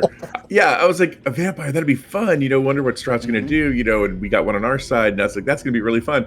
And she lasted all of 2 sessions and got melted by shadow dragons.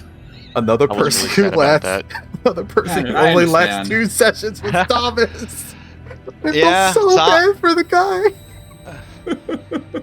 So, Nightfall, you might remember this, but I said hey, we had a guy quit the game, but I did find a crazy ass person that was willing to join up mid game, and he had the coolest fucking idea for how his character, because he's invested. Well, this is the biker. He's investigating the people that went missing at the death house. Yep. Right, and he got sucked in through the mist while investigating their disappearance, and then serendipitously finds them, but then realizes that he also is now lost, and he was this really earnest guy, and his wife died. Chapman with bones. He had a dog. and it was like, I was like, damn, I love this guy. This is gonna be a cool ass character. And he gets to the castle and he has a moment with like Valenta, and she's like, I like your dog, and he's getting like intel because he's befriending Valenta, and I'm like, we're building some good stuff here. This is a good character. I can't wait for the side quest with his wife's ghost that's in the ring. Oh man, it's gonna be so fucking cool. And then someone is like, hey boys, we should look around the castle. No. And then I'm like, are you sure? And then when it was like check sheet 3 wisdom's like, yeah, well, let's do it. And then I'm like, everyone else, do you want to do this? And some of you were like, some of us were like, nah, maybe not. But then it was like, but then we were like, Fatman had just talked to Valenta and it's like, oh, we have a little bit of lay of the castle. Maybe this could actually work. And we're a little bit higher level. We'll maybe be fine. How about we go do it now? We had like hours before dinner, and we went right. God. We went right instead of left. Yep. Yeah. So their first encounter after leaving the room was they went to the main hall and the 4 dragons were there. And then Anna, who, had PTSD from small fiery dragons, was like triggered and like, oh my fucking God. And they're like fleeing and they're like cramming into the staircase to escape. And the dragons are just filling the staircase with fire. Oh, that wasn't the other thing. It was the castle hazard of quicksand. Oh yeah, and then one of the results was a trap. And then the trap card said quicksand, so the castle turned the floor into quicksand, and so now they're sinking through the floor while the dragons are roasting them, and it was like, I think that we lost three people. Lost 3. Anna, 3 people, Thomas, and Ayla, and Bones. Yep. But Anna had a fate point, so Anna survived. Yep, but then the other 2 didn't, and that's when we had to bring in Shane and Daniel. Thomas used his fate point to give everyone else that respite so they could dash away. Oh my God, he was such a bro. Oh man, I had plans for him. That's all right. Fate points were so hard to come by toward the end of the. Our last one was the Gultius tree. Yeah. I mean, like I said, we didn't really do a lot of boss fights. We just had fights, but not like boss fights. And I think that was where most of the fate points were lying in. I only think of 3 in Nightfall. Felt like we didn't have any fate points either. Yeah, I felt like we were pretty down bad on the fate points. We had the one at the beginning, and then one of those fate points came in so clutch at the end when I gave Robin the foresight. So she had advantage on all those saves. Yeah. It actually, I think, might be the reason why we succeeded. It was good. Definitely. Yeah.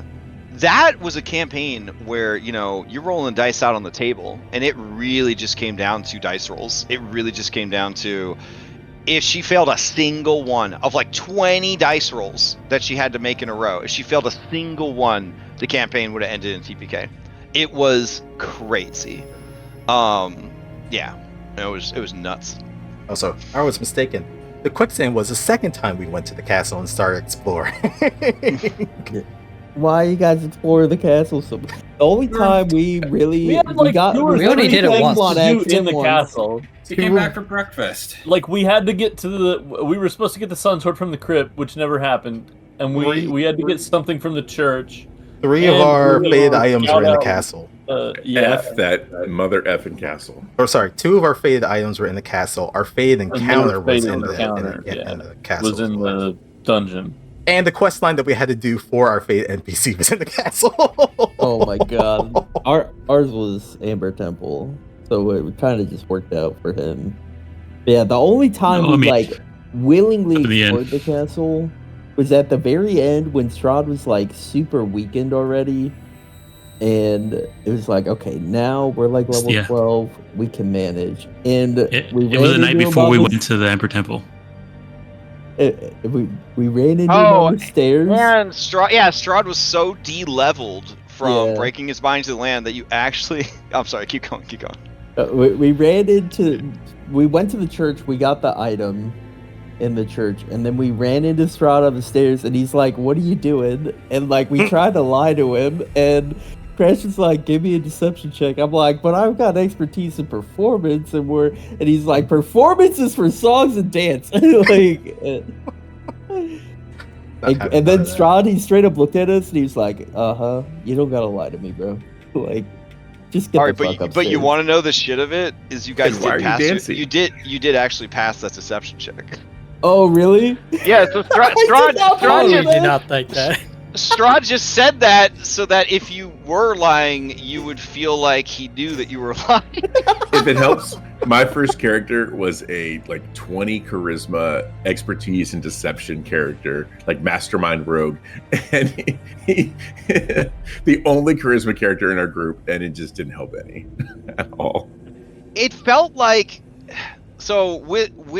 with Reed, it felt like Reed was over asking when he would ask stuff thinking that would that the skill would be enough to kind of pull it off, but a lot of times he was putting the NPCs in a position where it was just something that no check would really convince them to do, right? And you would make the checks, and then the rolls were abysmal, and then you were always debuffed to hell and back with exhaustion and stuff. But then even when you would make them, they would kind of be like, I see where you're coming from, and then they would move closer to like a compromise. But a lot of the big asks, they were just like, yeah, that wouldn't be a thing that this NPC would do. But I was so sad to see him go, because he had that potential there to really make a huge difference in the game, and then we never got to see where that went. We never got to see where that went. And then there was all these low charisma people that were asking for things and doing things, and because they were so low charisma, low mental stat but high strength, a lot of the people that they were negotiating with would be like, oh yeah, sure, because it was I'm just gonna say what this person wants to hear so that I can manipulate them to do what I want. So many of the checks that you guys rolled against Wagner, you failed, but she just agreed anyways, because it would be beneficial for you to think that you were good at negotiating with her. Does that make sense? Yeah. These are a bunch of useful idiots. I'll agree to what they want, but they're gonna have to do some stuff. Yeah, they're gonna have to do some stuff. Yeah, so it was, I felt kind of bad for Reed, because there was a lot of behind the scenes stuff that was happening where Reed was making a difference, but it wasn't coming across that way in game. You know what I'm saying? And then it never got a chance to cook. And then you had, especially with Reed, where he's I gave up everything to have a good charisma score here. He had a 5 strength, guys. Yeah, and these muscle meathead morons are just hey asshole, I want this thing, and then the NPCs are like, okay, you charming man, whatever you want, and then Reed's just the fuck, you know what I mean? Yeah. But the mayor, right? The mayor, he loved big ugly beefcakes, right? He adopted one as a son, you know what I'm saying? So if you're hey mayor, whatever happened to him? Whatever happened to the mayor? No, that happened to Isaac Strahd. Oh, buddy. Well, in your guys' game, Isaac Strahd, he survived the purge. He survived the purge, and then he kind of went off on his own to try and get revenge on his family. I just did rolls in the background, but ultimately, Wagner had him killed. So he got discovered before you guys could discover him, and he just didn't succeed. Speaking of the Wagners, what happened to Carl, Shane's bro? I mean, he's still alive. He's someone. He never found out who killed his brother. What happened to his brother? Yeah. For context, it's interesting to me that the Wagners mostly survived both of your games, but in Daybreak they had a Taroka card that was it's in Wagner's house, and unlike a different group that negotiated for the contents from Wagner, my classic group was okay, what are we gonna do about this? And they snuck into her house, and they made a deal with the mayor. This was before the civil war, I think, happened in the town. So they made a deal with the mayor that they would take out his competition. And so he had all the guards like turn a blind eye, and then they went into the house. But that same night, he hired mercenaries to burn down her house, because if things went bad, he could blame it on the PCs. And so the PCs were able to get in, get the artifact, and her daughter, which there Victor felt terrible about what he did to the daughter, so he's like, we got to save her. But the two sons and the mom and the dead husband, they all got trapped in the house and they burned alive. This is classic. Yeah, this is classic. Yeah. Damn. Yeah. Ugh, man.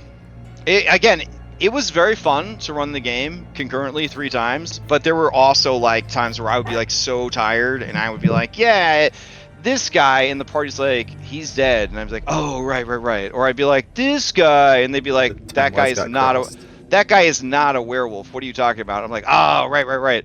So I don't think I would want to run 3 concurrent games again. I don't even know if I'd want to run 2 concurrent games again. I like the idea of what's happening in this game is happening in this game, and I don't have to keep it straight in any other game. So a third game that links them both together at a later date. Oh my god, yeah. Daybreak or Nightfall, what did you guys do with Irenia and Ismark? Ismark died at the end in the Amber Temple. My Anne's dark power, when we had the fight to free Anne, it killed Ismark in the Amber Temple. And then during a lot of the campaign. Yeah, for most of the campaign, he wasn't with us. Yeah. Yeah. For the most, like he came with us to Valakai, and then he's like, "I got shit to do," and we're like, "We respect that. Peace." Yeah. He's like, "Take care of her. Don't let her die." Okay. That sounds familiar. And then we lost Irenia at the Abbot. She was captured. But then Strahd went and took her, and then he tried to like mind fuck her. And when we went with Strahd to the Amber Temple, she came with. And we had Ismark too, because someone was playing Ismark after their character died, right? Am I crazy? Who was playing? I put him for a session. Yeah, Darby. Yeah, Darby because plays Ismark because Jason got stuck by the statue. He was trapped. Yeah. I was praying for like 2 weeks. Into the statue. And then we're like, we'll just bring the statue with, bruh. Who else was it? It was else. Jason, and was it Victor? Yeah, it was Victor, right? Because we lost our mage to it. No, I don't think we lost. It was an NPC though. Because Victor was casting spells in the. Victor died in the vampire fight. In the vampire fight. Yeah, sure. Who got seduced by the statue? It was Jason. Outside of Xanthar. No, it was Victor, and it was Jason Leo. Yeah. And Xanthar was the one who freed Victor, and then Victor tried to free Jason, and it didn't work out. Oh yeah. And then you guys had to wait for resources to come back. Yeah. Oh my god. Yeah. That's what. Yeah. For one session. Yeah, and then Vampire raised Ismark as like an evil revenant in the vampire fight. Yeah. And then like we talked him down or something. God, I'll be honest. I put in a box and I put it far away. High on the shelf.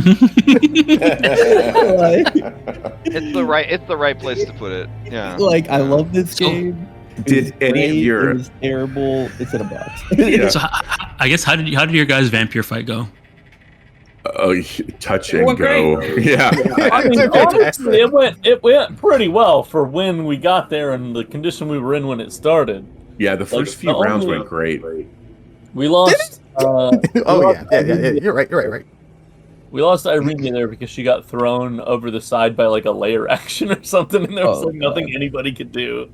I remember I watched your guys' vampire fight, but it was different than ours. The first round, so many nat ones were rolled, and so many structural damage was done. I think we were pretty much all just like dropped to like first or half HP before the real meat of the thing happened. So yeah, it was. We started off great. Well, we had a real rough time getting there with the flame skulls and shit because like I take double damage from fire but for the condition we were in when we arrived at the vampire fight went very well. Oh, I think we took a long rest before that fight, but then we had those nat ones and it dropped us so badly. Oh, that was right after Tunin got resurrected because he died from exhaustion. This was where we went up to 10 in exhaustion, and I died from getting too much exhaustion. We found out the limit. Yeah. Did any of your guys' companions, your did any of them survive? Like that? I mean, like the NPCs, but like your personal NPCs, yeah. Oh, the starting ones. The starting ones, yeah. I don't think any of them. Robin, technically. And Robin, right? No, Anne died in the last fight. Yeah, Anne died in the last fight. Well, no, he's asking about the companion. Companions. So the companions. Starting companions. Like none of ours technically made it, Robin. Yeah, it's just Robin. Just Robin. Well, Robin was a companion. So yeah. Was she fleeted up? Is that what happened? well, after Robin's player was playing Robin's dad, and Robin was their companion character. But in the mansion in the very beginning, the death house, he's the one that Lauren was the one that sacrificed his character, and then he played his +1, which was Robin, who survived to the end. Oh man, like she was the seeker. Yeah. Oh man, yeah, Death House lived up to its name, and then in both games. Oh well, actually, in the third game Classic, we had already run Death House as a side quest in a different campaign, like a million years ago, because we wanted to do like a haunted house adventure, and so most of the people had already done Death House, and so there's an alternate for people that have done Death House called Stone Garden, and so they did Stone Garden, but they also lost a character. And that was the catalyst for the portal to Barovia opening and them getting through, because that group willingly went into Barovia, because the premise was one of the PCs was looking for the soul of his lost wife, and he had reason to believe that it had been taken by a Vistani, and then he did research, and this is where the Vistani had fled to, blah blah blah. But what I thought was interesting is in all 3 games, before getting to Barovia, a father died. So in Nightfall, a PC father took his own life to fulfill the Death House tax or whatever. Then in Daybreak, a PC father died, Jack, and then in Classic, a PC father died, and then was survived by his daughter, who went into the campaign. So I did think it was interesting that obviously with no communication between the groups, that same theme happened for all three games. The father figure died, and then that gave them the push to get into or through the passage into Barovia. So. Yeah, it was a neat little sort of accidental thing that happened. Yeah. All right, last question for me. How important were blue jeans in your campaign? You guys got blue jeans? It was. I think we did one trade that worked out for us with blue jeans. It was a real odd thing, honestly. I've always questioned that. We had some. I don't think we wanted to give our blue jeans away. We didn't want to, but I think we had one good trade, and that was with the barbarians that showed up to us while we were messed up in the. Oh at the yeah, beginning. when we went the wrong way. Yeah. Yeah, that long way almost killed us. It straight up almost TPK'd us going the wrong way. I was gonna say, Eric, how those pants working out for you? It was worth it, okay? It was worth it. So that actually spawned from when I was a kid in Italy. Globalization hadn't fully taken over, right? So everybody had their own currency and their own, there was import stuff and things like that. And in Naples, Italy, if you had a pair of like American Levi's jeans, like you could fucking trade them for anything. You could just trade them for anything. It was like the hottest shit, like if you had them. My father, being of a lawful neutral / lawful good alignment, would never have done something like that. But he would tell me scandalous stories of sailors in his employ who would ask for care packages from home and just ask for fucking blue jeans because then they could just live like kings in the local economy. That's crazy. And so that internalized at a young age for me that different things carry different value in different places. So one of the things in Barovia that was just like everybody wanted was blue jeans, right? Because they were so rare and so comfortable and so fashionable and so cool, and it was definitely like a status symbol, right? Because they didn't even know how to they didn't have manufacturing facilities, right? They don't really know how to make denim, you know what I mean? So like it was just this very exotic sort of mark of station, right? So like all the nobles that you met, especially the noble men, were definitely like trying to, were showing off with their blue jeans or whatever, because what are the odds, right, that you're going to get a pair of blue jeans that fit? That is incredible. So that was where that sort of came from. Pretty sure at one of the dinners, Strahd was just blue jeans, cowboy boots, just strolling into the dining room.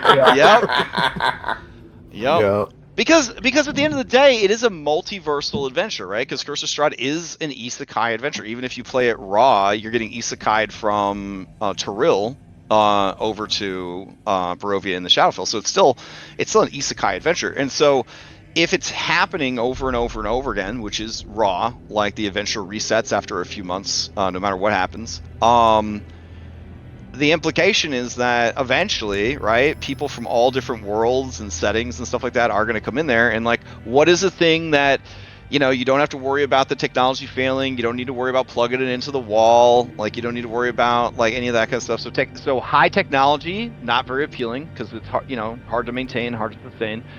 Blue jeans though, that's what's up. Cowboy boots, so cool. Not a lot of worlds have cowboy boots. You know what I mean? Like, that's pretty nice. People aren't going to need them after they're dead.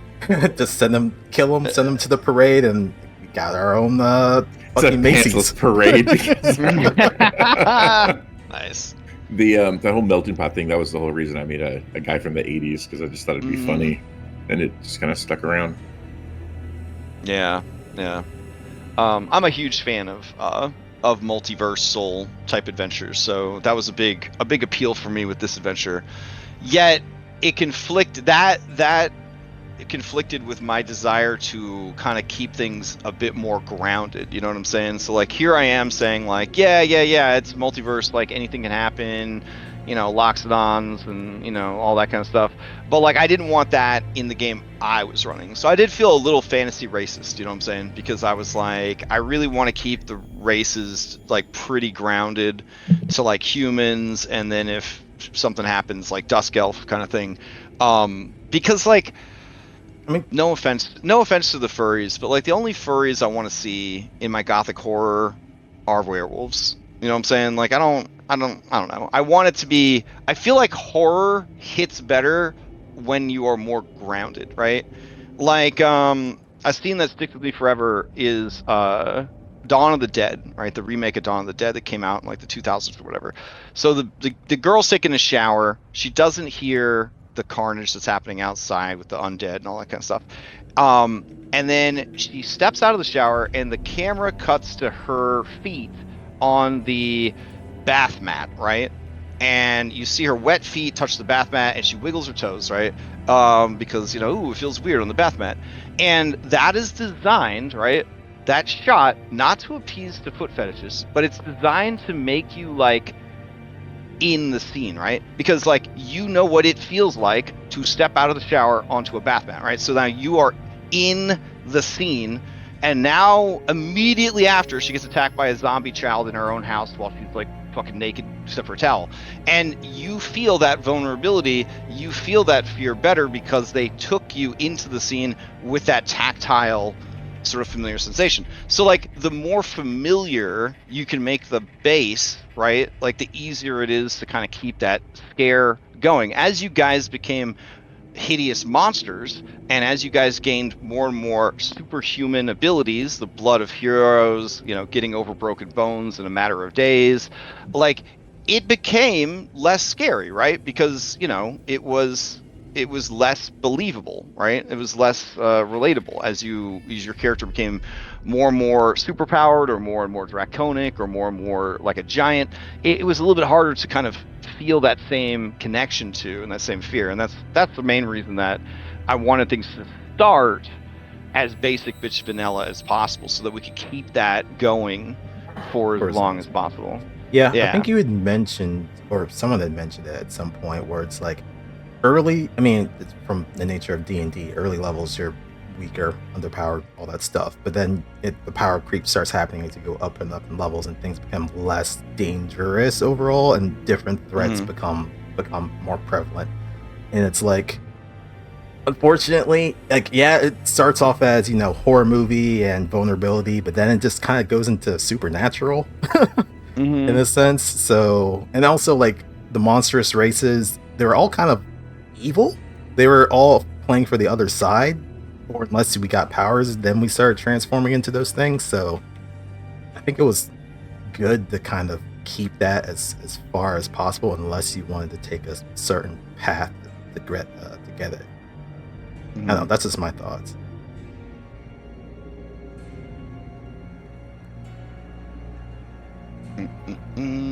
Yeah, so that was the reason for that, is to try to keep you guys grounded for as long as possible. Because I mean, I remember talking with some of you guys about the midpoint of the campaign, or towards the end of the campaign, and you know, it really was like, you know, the game has kind of jumped the shark here, right? Like we went out of our way to not have magic, and to, you know, to be lower level and lower power. But the nature of 5e in general, right, is that, you know, it's a hero fantasy game, right? So no matter what you try to do, even with injury system and exhaustion system and curses and night hags stealing your health every night, you are eventually going to get strong enough that there is, and you, at the same time, you're constantly getting scared and you're constantly losing things. So you are going to hit a point where you're just numb to it. You know what I'm saying? You're strong enough, you've suffered enough, you've lost enough, that at that point it doesn't matter anymore, right? You know, at that point, yeah. I would love to see somebody try and run Curse of Strahd in like Dragonbane. Oh God, in Dragonbane, be fucking crazy. That would be a meat grinder. Oh my God. I mean, that would be a meat grinder / you would have to pick every fight so carefully. Yeah. Like Exactly. So like carefully. that would be definitely survival horror throughout the entire time. It won't change. It wouldn't change, I don't think. Yeah. Oof, yeah, that's a good one. That would be really cool. I guess that's why most of the horror themed like TTRPGs are skill based and not level based, because after a certain point, like, yeah, you kind of get too strong. And people did ask me, they're like, if you're changing so much anyways, and you're making all these custom systems, and you're making all this stuff, and you're working so hard to try to make it not 5e for this, like, why even run it in 5e? And that was a really good question. Easy. You know, well, too much support. At the time, I true. still believed that 5e D&D wasn't a good game. Like, I still believed it was a good game. It was a good skeleton. You could build anything out of it. Case in point, Dragonbane, right? You could build anything out of it. It's a good place to start. It's a good place to do it. And I felt confident in a lot of the systems that I was building and adapting and using to create the theme and the feel that I wanted. You know what I mean? But I would say that you would be hard pressed as a DM to run this campaign for 5th edition players and characters using the standard rules and have anybody give a shit about any of the scary stuff. Like, you'd have to have like the most scaredy cat babies in your group to really get any like fear out of them past like level 3. You know what I'm saying? Like, I just don't see how it could happen. Anxiety, dread, sure. Like, I get that from my classic group all the time. Like, because they like their characters and they do know that there are things that could take their characters away and they could lose their characters, they could lose their agency. But they don't feel like the dread, you know what I'm saying, that you guys felt in the early game, where like Death House, surviving the roads of Barovia, traveling at all, meeting NPCs and not There's so many points where like there's something we want and we know that's what the direction we want to go, but we're like, we are too scared to go and do it because of we don't know the uncertainty of us, not surviving it. Yeah. Or even if we do survive it, the consequences of surviving it and then dealing with something else afterwards. Just leaving a rest location to travel somewhere else was nerve-wracking. I was like, I'm gonna die. I mean, case in point, we left Valakai and went to the winery thinking we could, we'd be fine. And then the first encounter at the crossroads was a pack of fucking werewolves. Yeah, they just tore our shit in. We had to limp back. Yeah, and then after we rested, like, I wasn't fully healed. I was like, guys, if we travel, I'm gonna die. I'm gonna die. And you guys were like, we can't wait any longer. I was like, okay. Yeah, and it was like, I mean, if we wait any longer, we don't know what's going to happen to this winery. No, it's valid. Really... No, yeah, totally valid. Yeah, because the timer had started. Yeah. So, like, it was marked on the calendar, like, everyone here will be dead. You know what I'm saying? Like, yeah. Yeah, so it was that risk reward kind of balance that we had. The night of the 100 zombies. No. Random encounter. Random encounter. Yeah. No.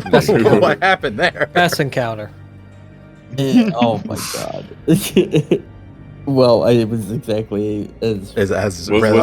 100 zombies. Literally 100.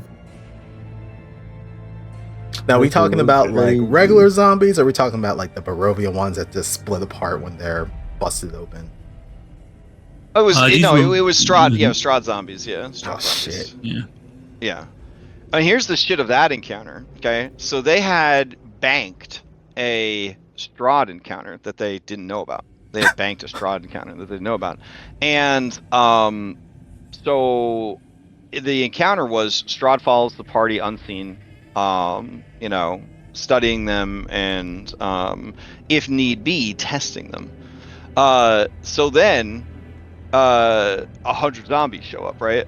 And then is that the same fight, right, where the wolf showed up? Yeah. Wolf showed up afterwards. We got like, to deal with the zombies, and we're like, "Fuck it, bro, let's go." And then it's Strahd.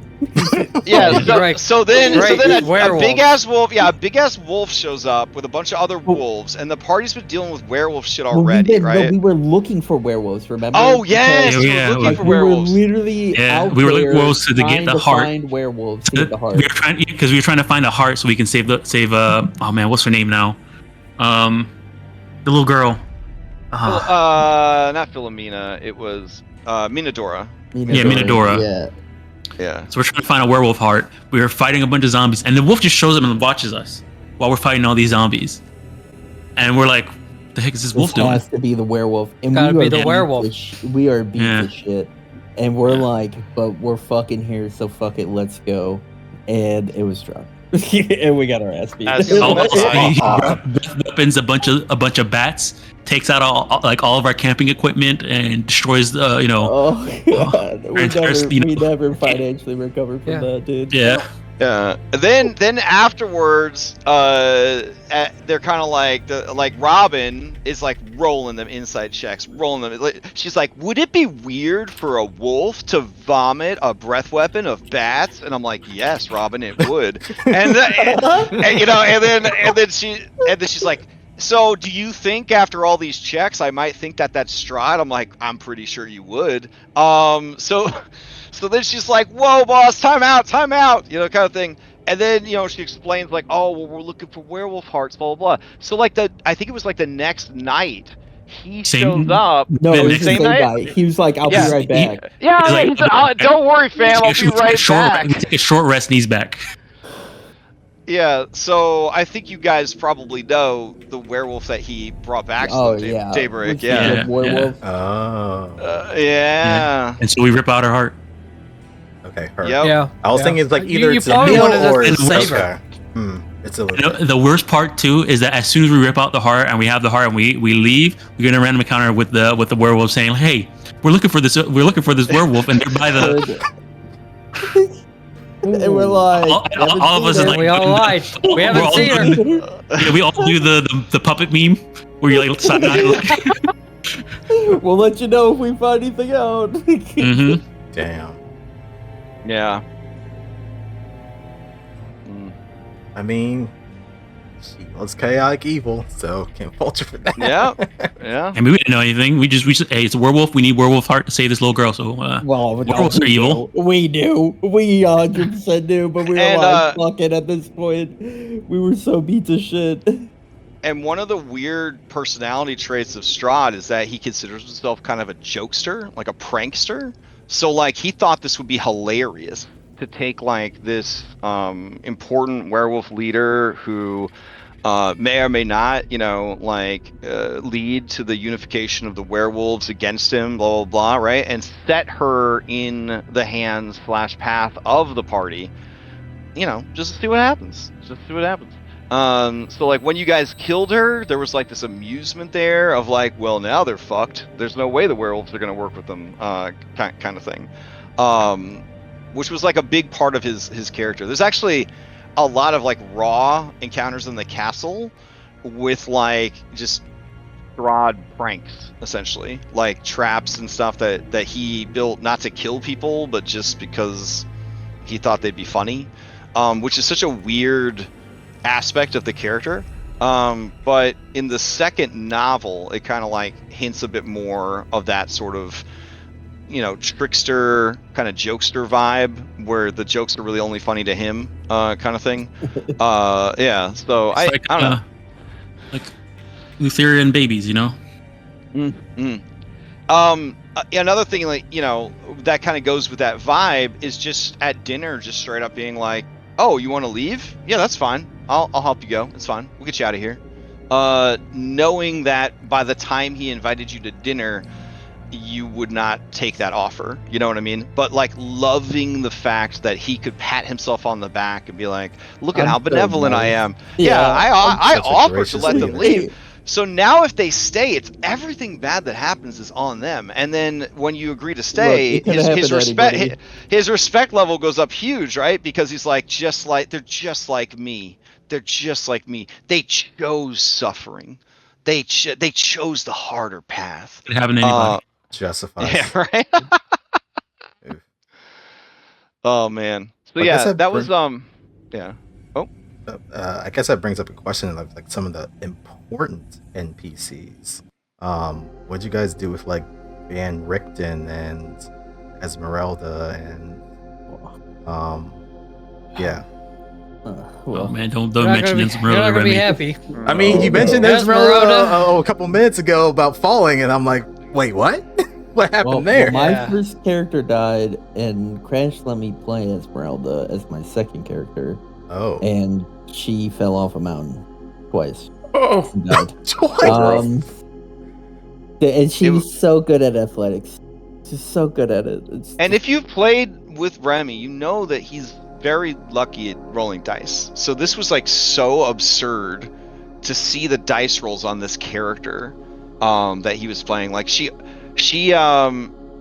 died at the vineyard and then got like a second chance, and they were like, "We're gonna climb the back of Yester Hill to avoid notice," and she just kept falling down this fucking cliff, like, and then no one could get to her because no one has flying, no one has a climb speed, And like there's fog, you can't see her. You don't know if she's dead or alive. It's raining. Are they gonna risk their lives to climb back down and check on her?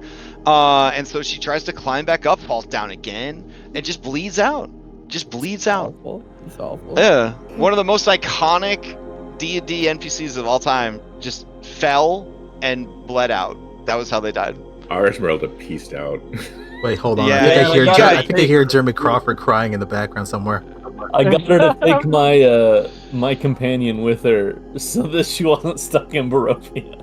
It just anyone Shane like even flirted with just either died or somehow otherwise left the campaign. Ooh, actually, I'm kind of curious. Now that our Barovia has come back to the plane material, do we encounter Izzy and Esmeralda again? Oh, I mean, I guess you could. I mean, I kind of left it open-ended if they even were able to escape from Barovia.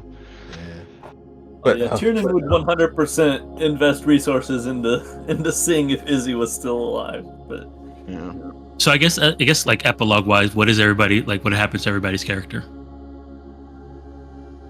So Tiernan married Irenia, and then presumably he just lives forever as a tree person now. So eventually she'd probably die. Tiernan would set up a new, like, Bane temple sort of thing made out of, like, trees, and then eventually just sort of join with the trees.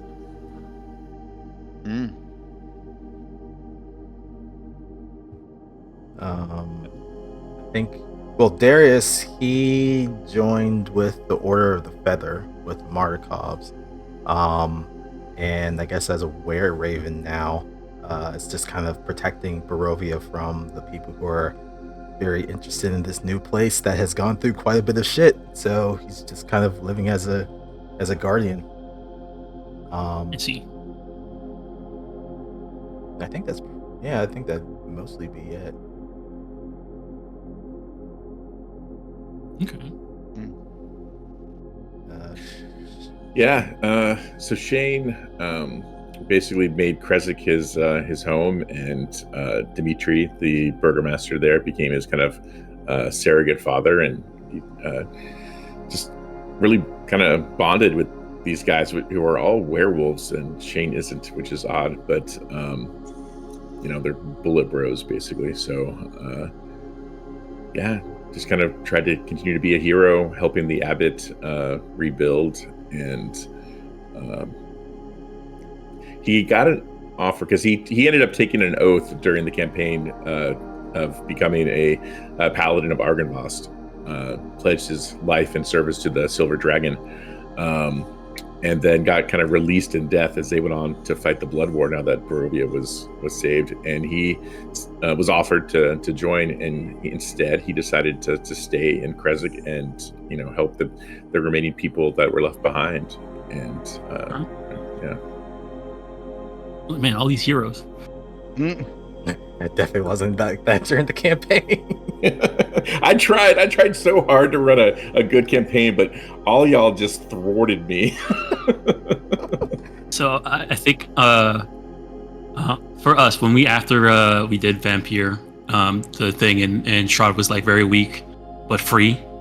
Irina sort of did the finishing blow. He's on the floor prone. She stabbed him with the sword through his heart, I think. So he died. And then I think it was 3 of us that died. I think it was me, Jason, and Taylor. And Taylor was also. Was Taylor also one that died? Taylor died. Okay, so yeah, it was the 3 of us that died. Believe it or not, I didn't think she would ever die. I built her not to die. Exhaustion. She died. We all died of exhaustion at the end.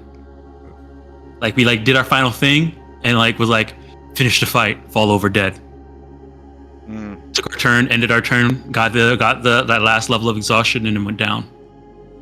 But I think what was her name? Our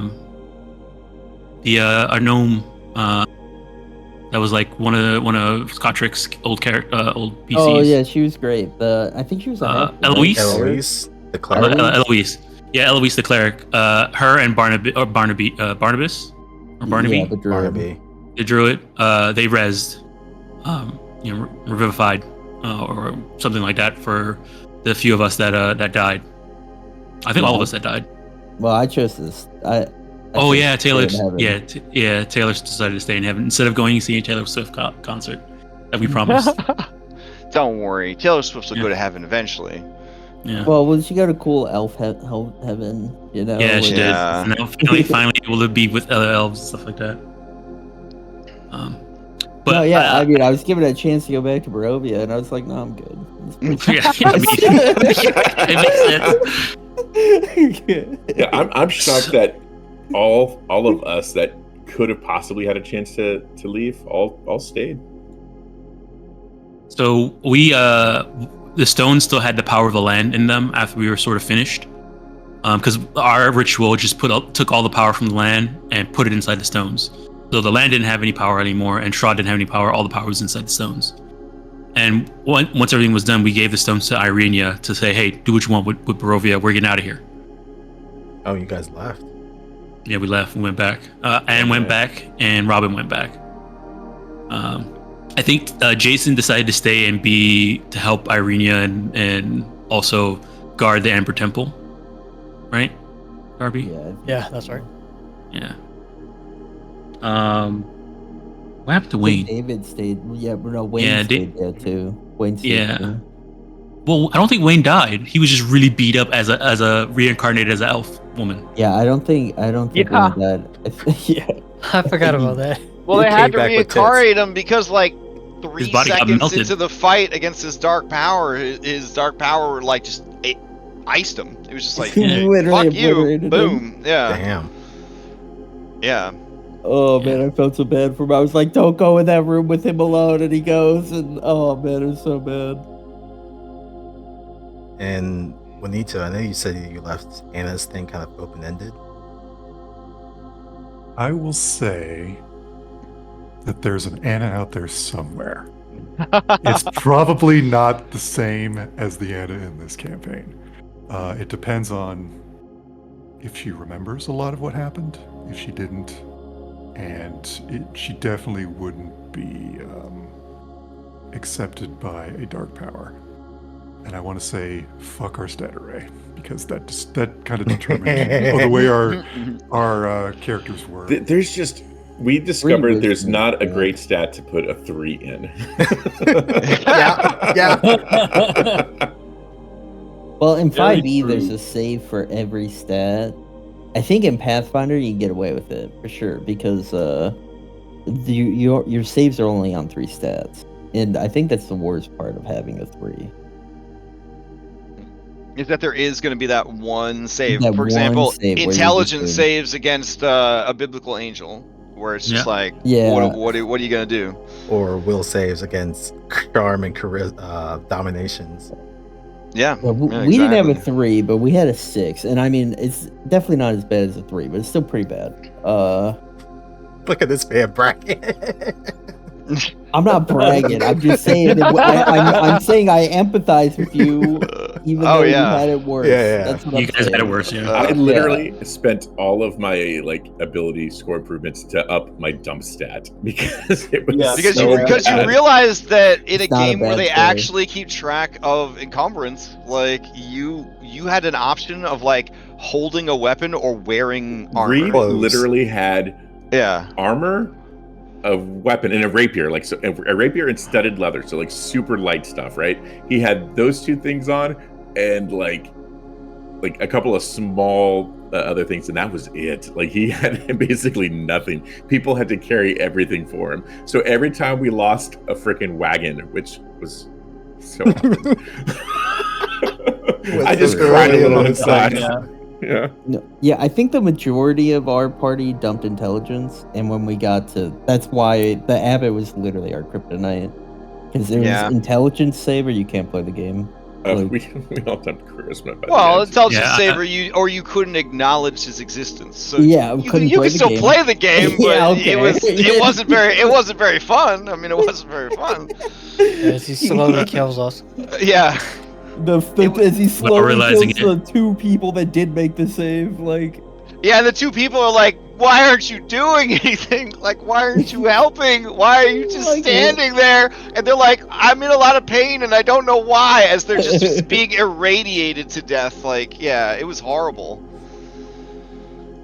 I was amazed that in the classic group, I think everyone except one person made that initial like save to see through and to comprehend. Like it was just like serendipitous, and they don't have fan spell or anything. They get 1 DM inspiration per session each, and that's it.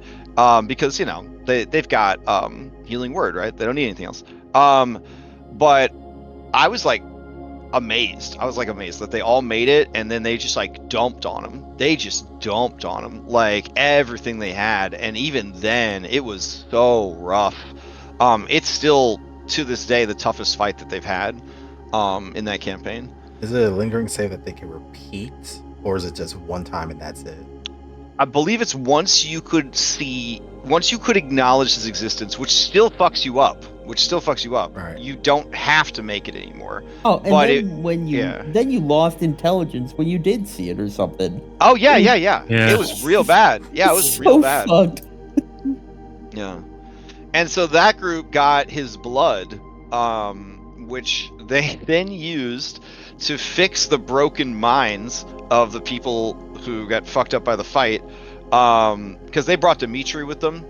They convinced Dimitri to go, and he had like a 1 intelligence at the end because he struggled to make the save, and his brain, he kept trying, and so every time you tried and failed, your intelligence would get damaged. I think also. that was it. Yeah. And so he was destroying himself trying to do this, and then they had the floor collapse, and Dimitri with 1 intelligence in werewolf form, just murdered all of the mongrel folk that were on that floor because he fell through into like the warrens where they all live, and they just left him to it. They were like, we're not gonna try to stop him. Like, this is fucking crazy. But yeah, it was rough. It was so rough. And then I think they had 1 dose left after healing everyone, so net 0, right, for the fight, because his blood was like greater restoration potions, and they had 1 left, and they used it to cure Wagner's daughter.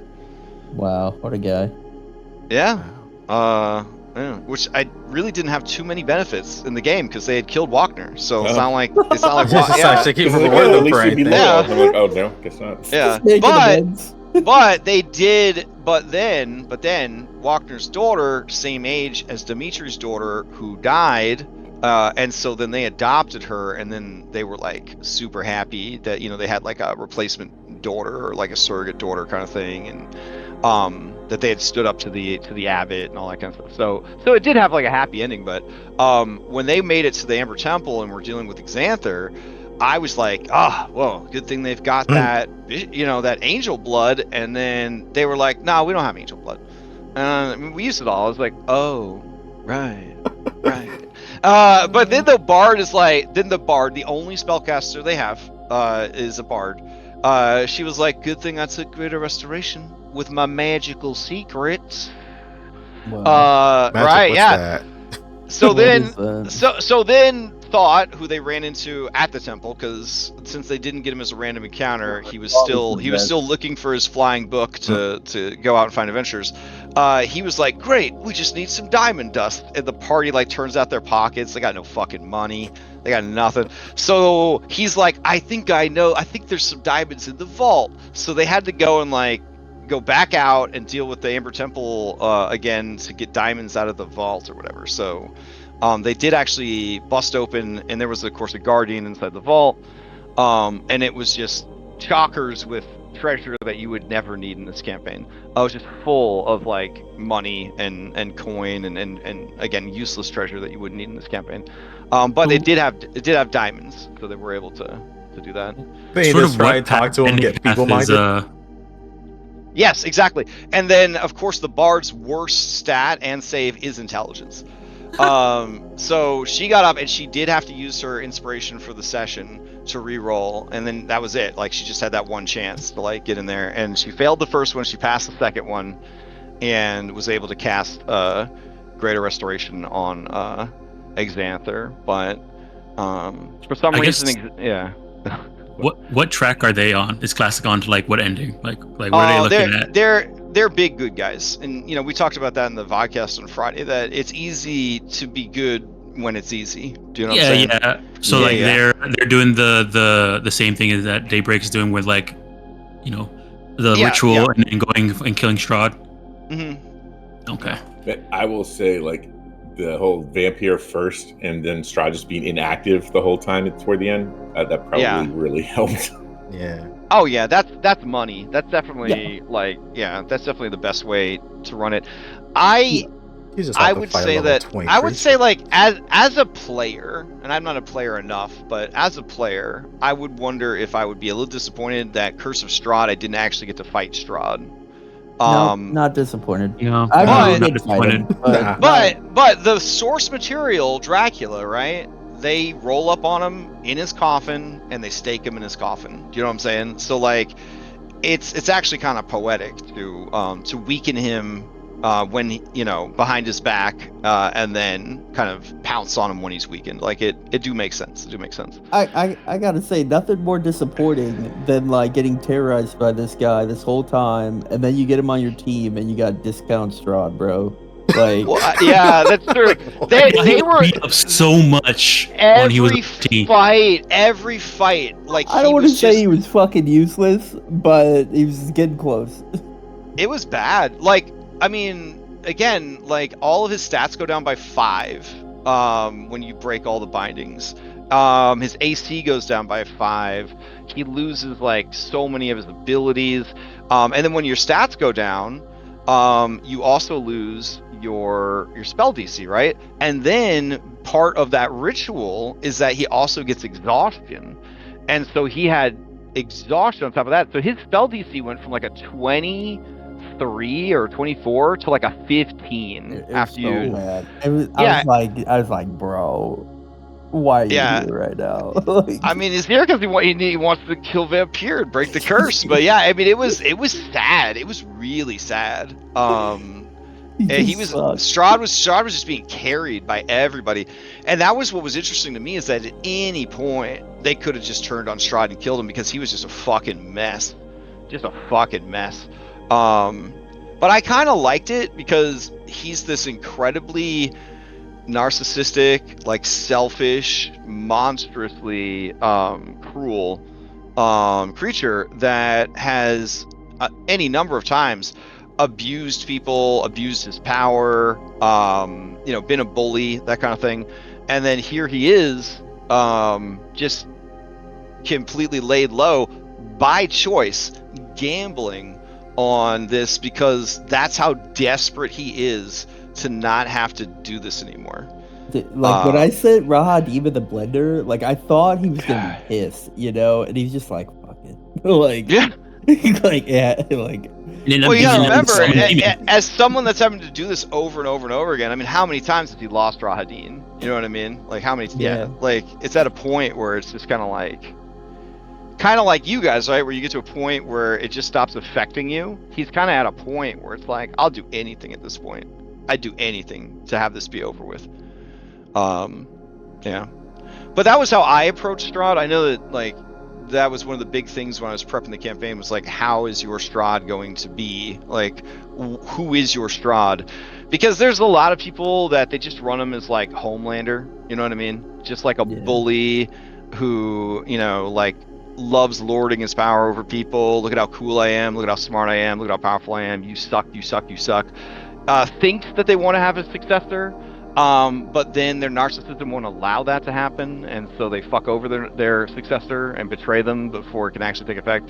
Just a real disaster of a character, and I felt like that's cool. But after like the novels and the research I did and stuff, I was like, and also I was kind of getting that feeling myself of like, I'm done with 5e. I kind of want to move on to something else, and so it was very much like, Strahd is done with this and he wants to move on to something else. And that became like very relatable for me, of like he's done it so many times, right? He's done this so many times. He just wants it to end. He doesn't want to be killed because that doesn't stick.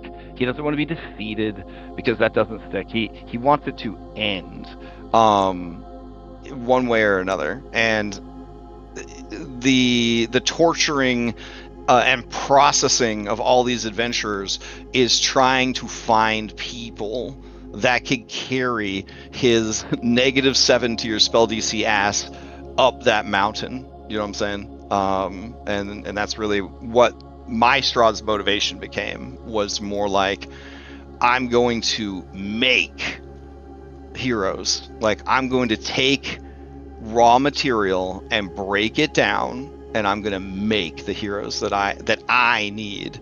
And of course, it's, he's corrupt, he's corrupted, he's evil, he's crazy. So the things that he did to you and the things that he does to people, like any conversations with his underlings, right? Like, he's testing you, he's testing us. It's always a test. Everything is a test.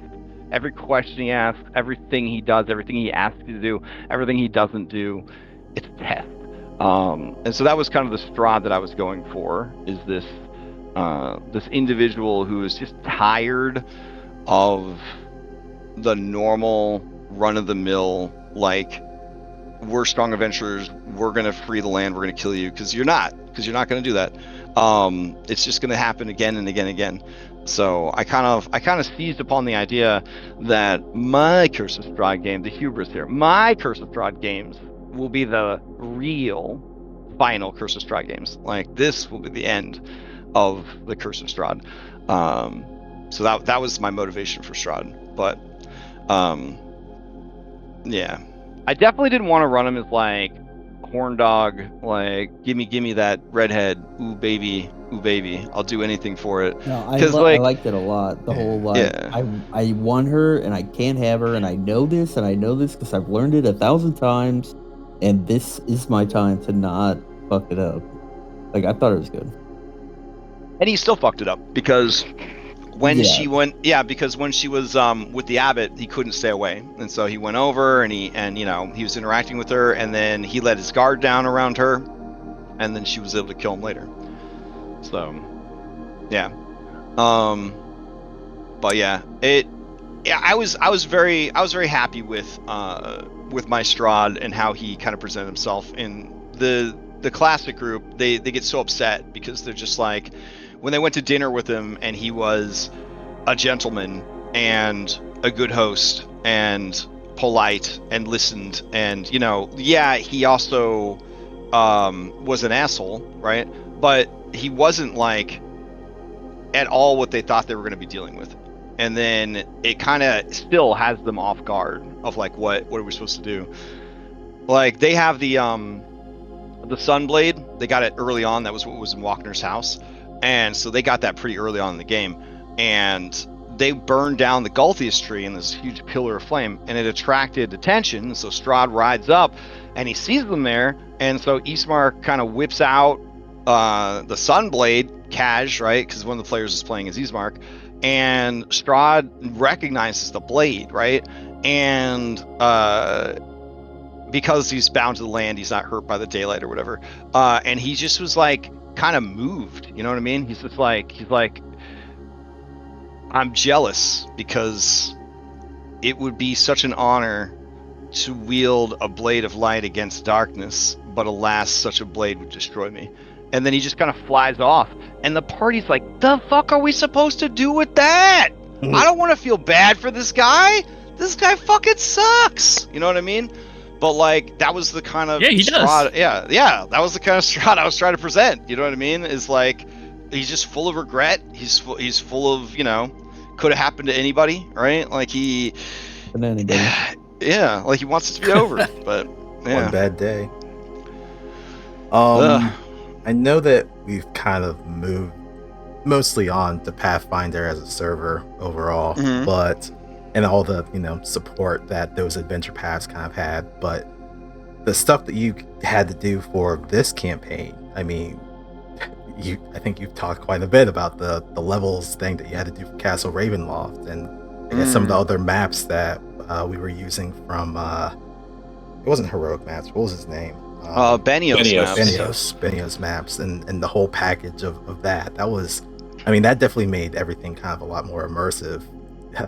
90s computer adventure game immersive. But it was all pretty good, honestly. Some of the scariest video games are pretty bad graphic like fares, I've noticed. Like I'm always curious how they managed to do that, where you've got like real primitive graphics, real like primitive interface, but somehow it's pretty spooky. I don't know. Maybe in a way, the Benios maps kind of tap into that younger part of us, you know, where you see those graphics from your youth, and you see those, you know, those kind of CG renders, and you're just kind of like a more innocent, younger time is sort of like loading in the background of your mind, making it a little bit easier to get scared. I don't know. I was very happy with the Benios maps, except for the castle.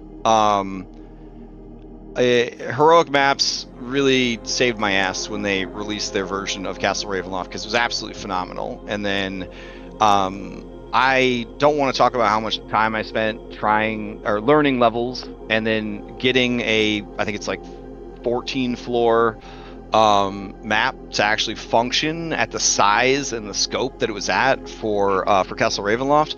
But the raw intention of the Strahd fight is that he and the castle are fighting you at the same time, and he has a pass wall at will, so he could just pass through the walls of the castle at will, and he can rearrange like the layout of the castle, and he can activate walls of stone whenever he wants, and like shit like that.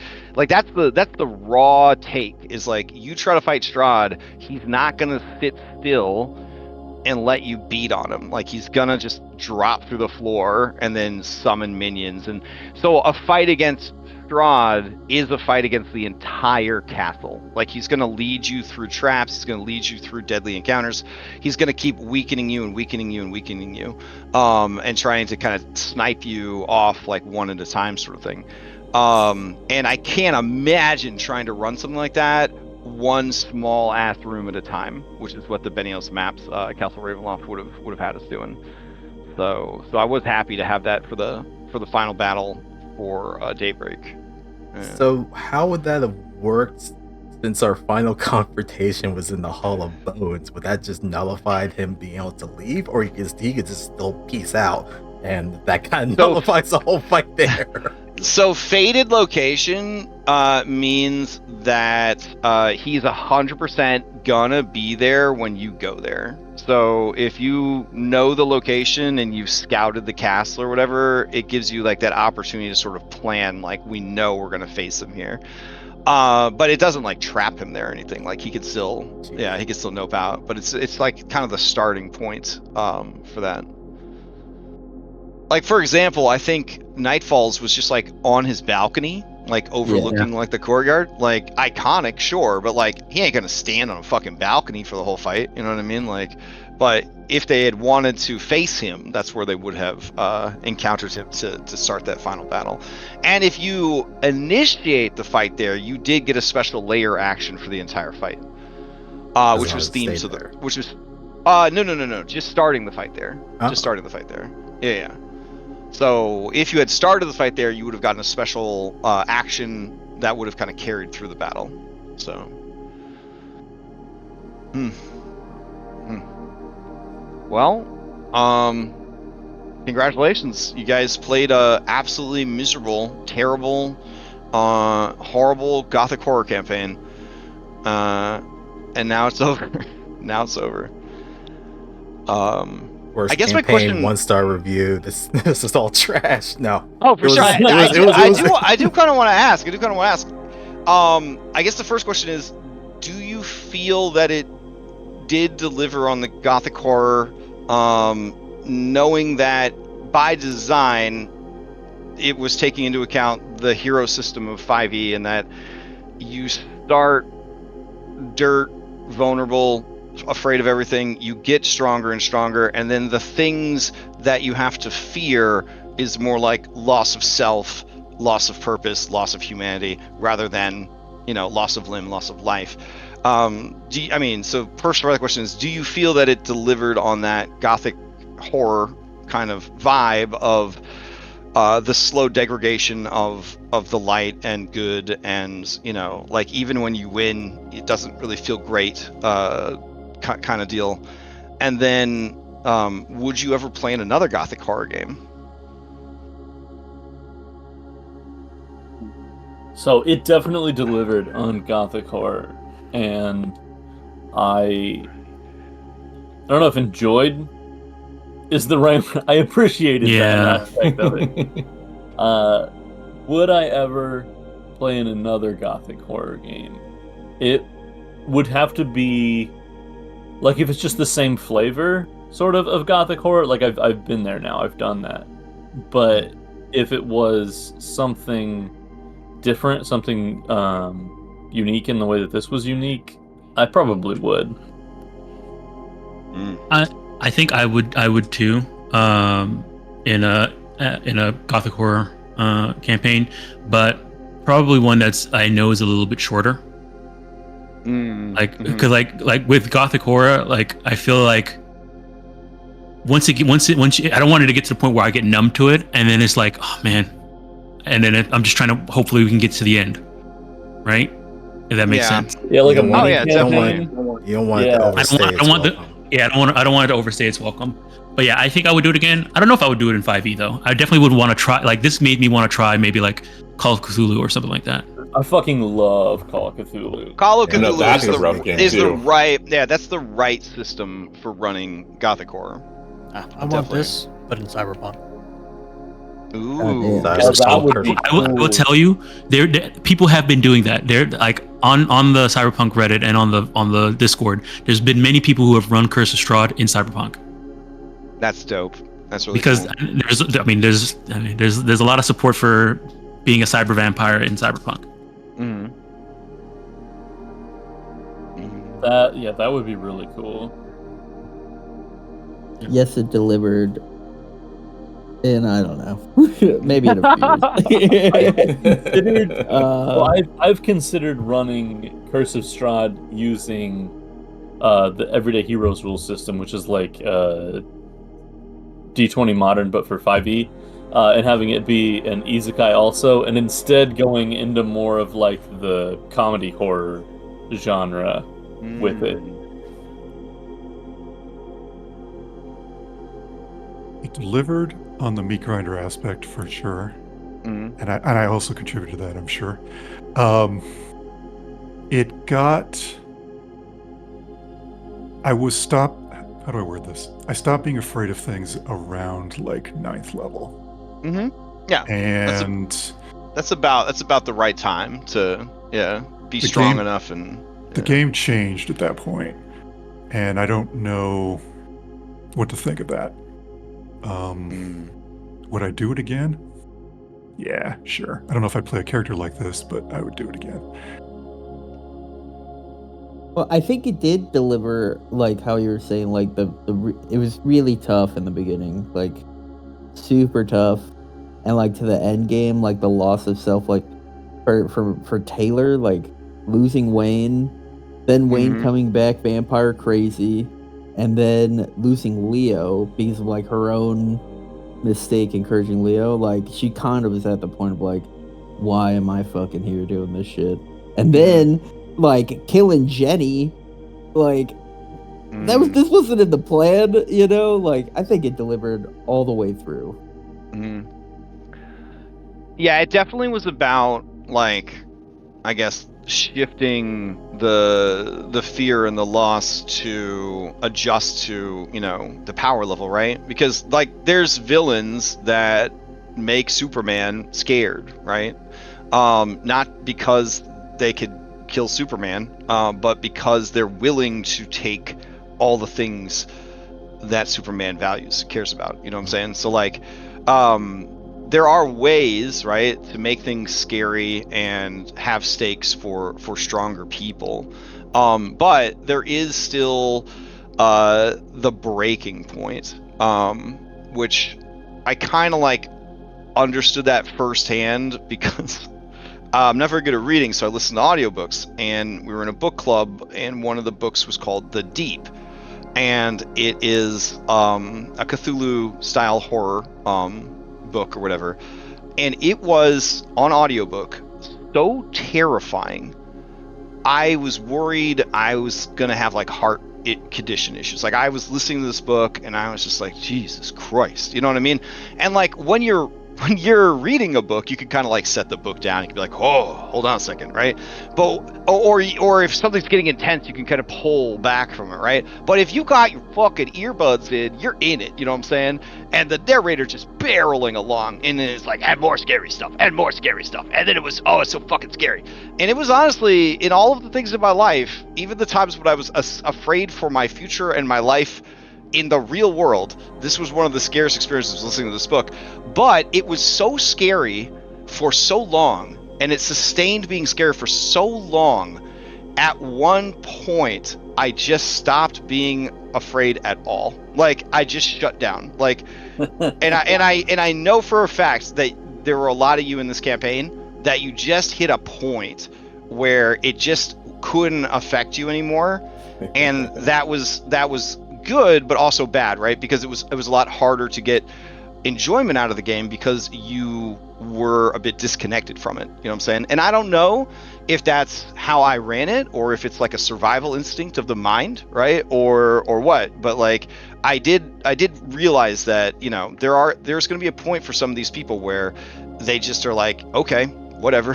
Like, I can't do this anymore. Like, they're just gonna, a switch is gonna flip, and they're just gonna be looking at a computer screen, and they're gonna see little graphics on the screen, and there's not gonna be any toes on the bath mat moments anymore, because they're done. You know what I'm saying? Like, they have disconnected from it. And yeah, so that sort of breaking point gets reached. And the longer the campaign is, obviously, the more likely that is to happen, right? That fatigue of like, I can't be scared anymore. I can't spend all week feeling anxiety about this game. Like I'm done. You know what I'm saying? So yeah, like that was definitely a big risk of the campaign, being so long and so big. That can happen both out of character and in character too. Oh, absolutely, yeah. I literally think I was straight up depressed the first 2 months we were playing this campaign. Like in real life. Yeah. Like straight up. It was so bad. It was so rough. I didn't, yeah, when Eric's player, Carspona, was like, yeah, I can't do this anymore, I was like, I get it. Like, I get it. I wouldn't want to. I don't blame you. I am mad at you. Yeah, I don't think any of us blamed him for a second. Especially like things have been going so bad for his characters, like for a long time. Yeah. Damn. Well, I appreciate you guys, you know, putting up with this and doing this, and trusting me to run this for you. It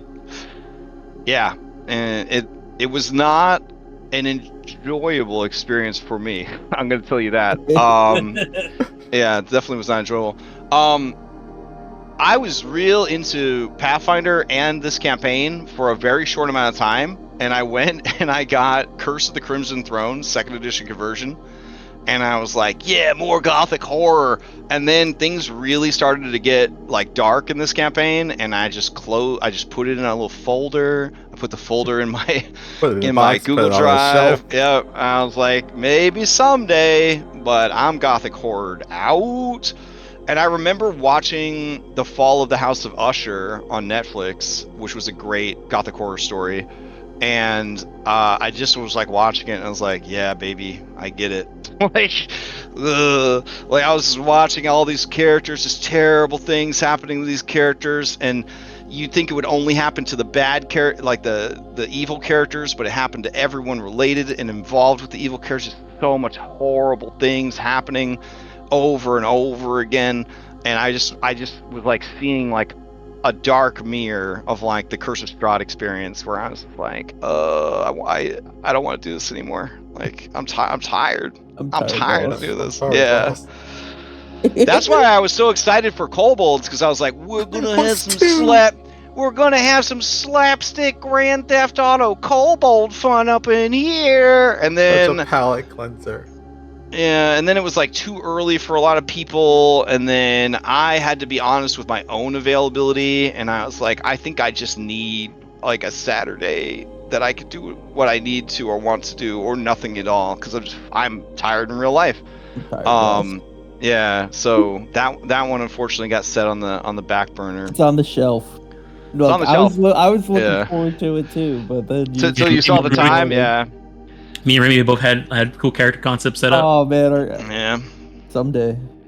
Well, in the end, the idea for Skyhaven was birthed from my forehead like Athena, and it kind of took over everything else. I was just like, nah, I gotta do this. Like, I miss Skull and Shackles every day of my life. And then I love Sea of Thieves. I love, pirates and pirate movies. I love Treasure Planet. I love exploration and steampunk and airships. And I was like, and I was also so frustrated with Outlaws of Alkenstar running it raw and having to just kind of like own some real terrible writing and some real dumb designs. And I was just like, and part of me is like, well, why don't you fucking do it all yourself, pussy? And I was just like, you know what? I will. I don't like how I talk to myself. And while I do it, I'll do Kingmaker at the same time. Yeah, right. I'll also run the biggest campaign ever published at the same time. And then I'll also completely rewrite Stolen Fate and barely use any of the source material. Take the source material, flip through it, toss it in the trash. It's pretty bad. It's the worst public adventure I've ever read. But it's crazy. I'm so happy to play in a not gothic horror game with Lex, and then also I'm so happy to play another game with Wes. Like, oh god. Well, I thought Wes was going to injure your wife on Thursday because he's telling that Pokemon story about mom simulator, and like I was like, bro, you gotta stop. She had surgery today. If she busts a stitch, like, you're gonna be liable, bro. You gotta stop telling the story. And he just barrels on. He just barrels on with that shit. It was. She was out there like hyperventilating. Oh fuck. Oh man. Yeah. Well, speaking of, I got Kingmaker tonight, and I got a shitload of prep I still have to do for it because I've been prepping for a year and a half, and I'm still have a lot of prep to do for it. Something about it being a 700-page adventure, and I don't know. So I guess you want to close this out? I'm looking forward to life after Curse of Strahd, but I know for myself, I am very happy to have gone through it. I'm very happy to have gone through it with the group of players that I did in Daybreak. Yeah. It was an experience, but we got through it. So, yeah, it's kind of looking forward to seeing what other stories we can tell. Yeah, and staying far away from this shit. Look, let me tell you, having not played Curse of Strahd for what, 5 months now, 6 months? Yeah, you guys finished in October. Yeah. Pretty good. Months. I don't miss it. I'll be honest. So, I was an old school, like Crash and I, played the same versions of AD&D back in the day, right? And so I'm used to like second edition Ravenloft, and just loved it, always loved it, and never could get into a campaign that would run and go to fruition. And so this was wonderful for me, and I really loved it. And I'd go to Avernus and back with the Daybreak crew. You guys were awesome. So thank you to everyone for letting me be a part of it. I really appreciate it. Aww. Yeah, I think I said this early on that I played in Curse of Strahd, but only for a couple of levels, and then unfortunately the group kind of fell apart because of IRL stuff. So actually being able to go through this campaign like in its entirety was definitely a treat. And then echoing those same statements, like this group was good despite all the bullshit we put each other through. And so right before I joined this game, I'd started prepping to run Curse of Strahd for my IRL group, and then I was like, oh shit, I could just play in it. That'd be super good research. So I stopped after reading maybe Village of Barovia section of the book. And now having played it, I'm like, no, I'm not gonna run this away from my people. There's no way. Yeah. So I'm actually prepping to run a Ravenloft non-Barovia campaign. So nothing to do with Curse of Strahd at all. But just having seen the Vet Written's guide to Ravenloft, and thought, well, this would be great. So I took a bunch of second edition modules and converted them over to 5e, and bought some on DM's Guild where someone already did that pain.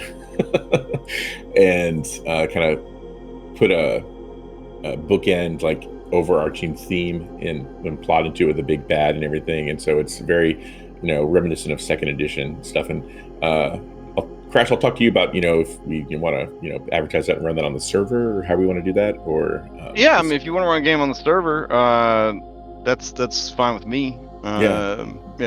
We can get a channel set up for you and stuff. Awesome. I'll when I get the details all together then, because I'm still finishing up putting it all in Foundry now. So. But yeah, if you guys aren't traumatized and ever want to go back to Ravenloft, non-Barovia, and see all the non-vampire monsters that are out there, then Well, I would love to play in a Gibby DM'd game. That would be a blast. What's this sign say? Barovia in 15 kilometers? Hey guys, you want to head over there? Yeah, don't cross the fog. That area's not a part of this, outside the scope of this adventure. You'll quickly realize I have about 5 voices in me. Just repeat. So that's part of what I love about One Piece dubbed is that they've got like that crew of like 10 voice actors from Funimation just covering the entire world of One Piece, and it just further cements to me that like One Piece is just a D&D campaign, and because like it's like, which of the 5 voices is the DM going to use for this NPC? You know what I mean? It's like a little bit gruff, a little bit girly, a little bit. Like Elder Scrolls has like 5 voice actors or something. Yeah. But I guess to close this out, thank you, Crash, for running this for both of our groups and making this a wonderful, horrible experience. Yeah. Please watch the VODs, guys. It's over now. That's the important part. It's over. Now we can just go into a group hug and just be like, we made it. We can start the healing process. Now that both our groups are over, we can start our support group. Here I'll make something in the where do we keep them? Extras section. So we'll add the missed survivors. There we go. Yeah, we need another sticker. I survived, kind of. Curse of Strahd. I went to Barovia and all I got was a sticker. You got a lot of stickers. Oh, that's a good question. The fucking travel stickers. We did collect quite a few of them. Were there any that we kind of were missing? Oh yeah, any we didn't get. I'm sorry to tack on another thing at the end here. Oh, that's good. Let me see. Got Lake, you guys were pretty thorough. You found the hidden Kavani village in the North Mountains. Neither of the other groups found that one. Where we got our true silver weapons? Yeah. I think you guys actually got every location in Daybreak. Hey, gold achievement. Yep. I mean, you guys had a fucking helicopter. Explore achieved. Yep. Yeah. You guys actually had every single one. Every notable location. We never went to Argynvost. I know that in Nightfall, we never went there. Oh, even traveling up to the Amber Temple, you guys didn't travel through like Valakai down that way. I mean, that's the hard way to get there. True. That's true. That's a scenic route. Yeah, we went down the river. Dracolich. Yeah, we went down the river. I think we went down the river, and then there was a path. I think what we did is we took we went from. Actually, how did we get there? Because we left from the castle. Did we take the teleporter back to? No, it was only one way. Yeah, I don't remember how we got there. We'll check the vase. Oh, you know what it was? We took Strahd's carriage, and that you just travel super fast around here for some reason. Oh, yeah. And we got to the base of the mountain, and then we walked up. Huh. Well, that makes sense. Yeah. So he was working with them. All right, for real. That was the last thing I got. All right. All right, I'm gonna go grab some lunch and then I guess just prep until 8 o'clock when we. Let me know when you want to talk about that thing with the. Oh yeah. Give me like 15 minutes. Just ping me. No, the campaign's not started. You're already making. No. He's helping me with What's his side deal? He's helping me. He's helping me with the Pokedex. There's a Pokedex. Yeah. Right. Pokedex. I'm 150 years old. Yeah. Give me something. 212. 212. I have also played an ancient elf, where my character was already like 200 years old when the party started. I got nothing special out of it. Like it's a flavor choice. It's a flavor choice. Yep. It's like Ezran the wizard. Like, you know, why would you make your first level wizard 55 years old? Like, dude, I know. I hate it.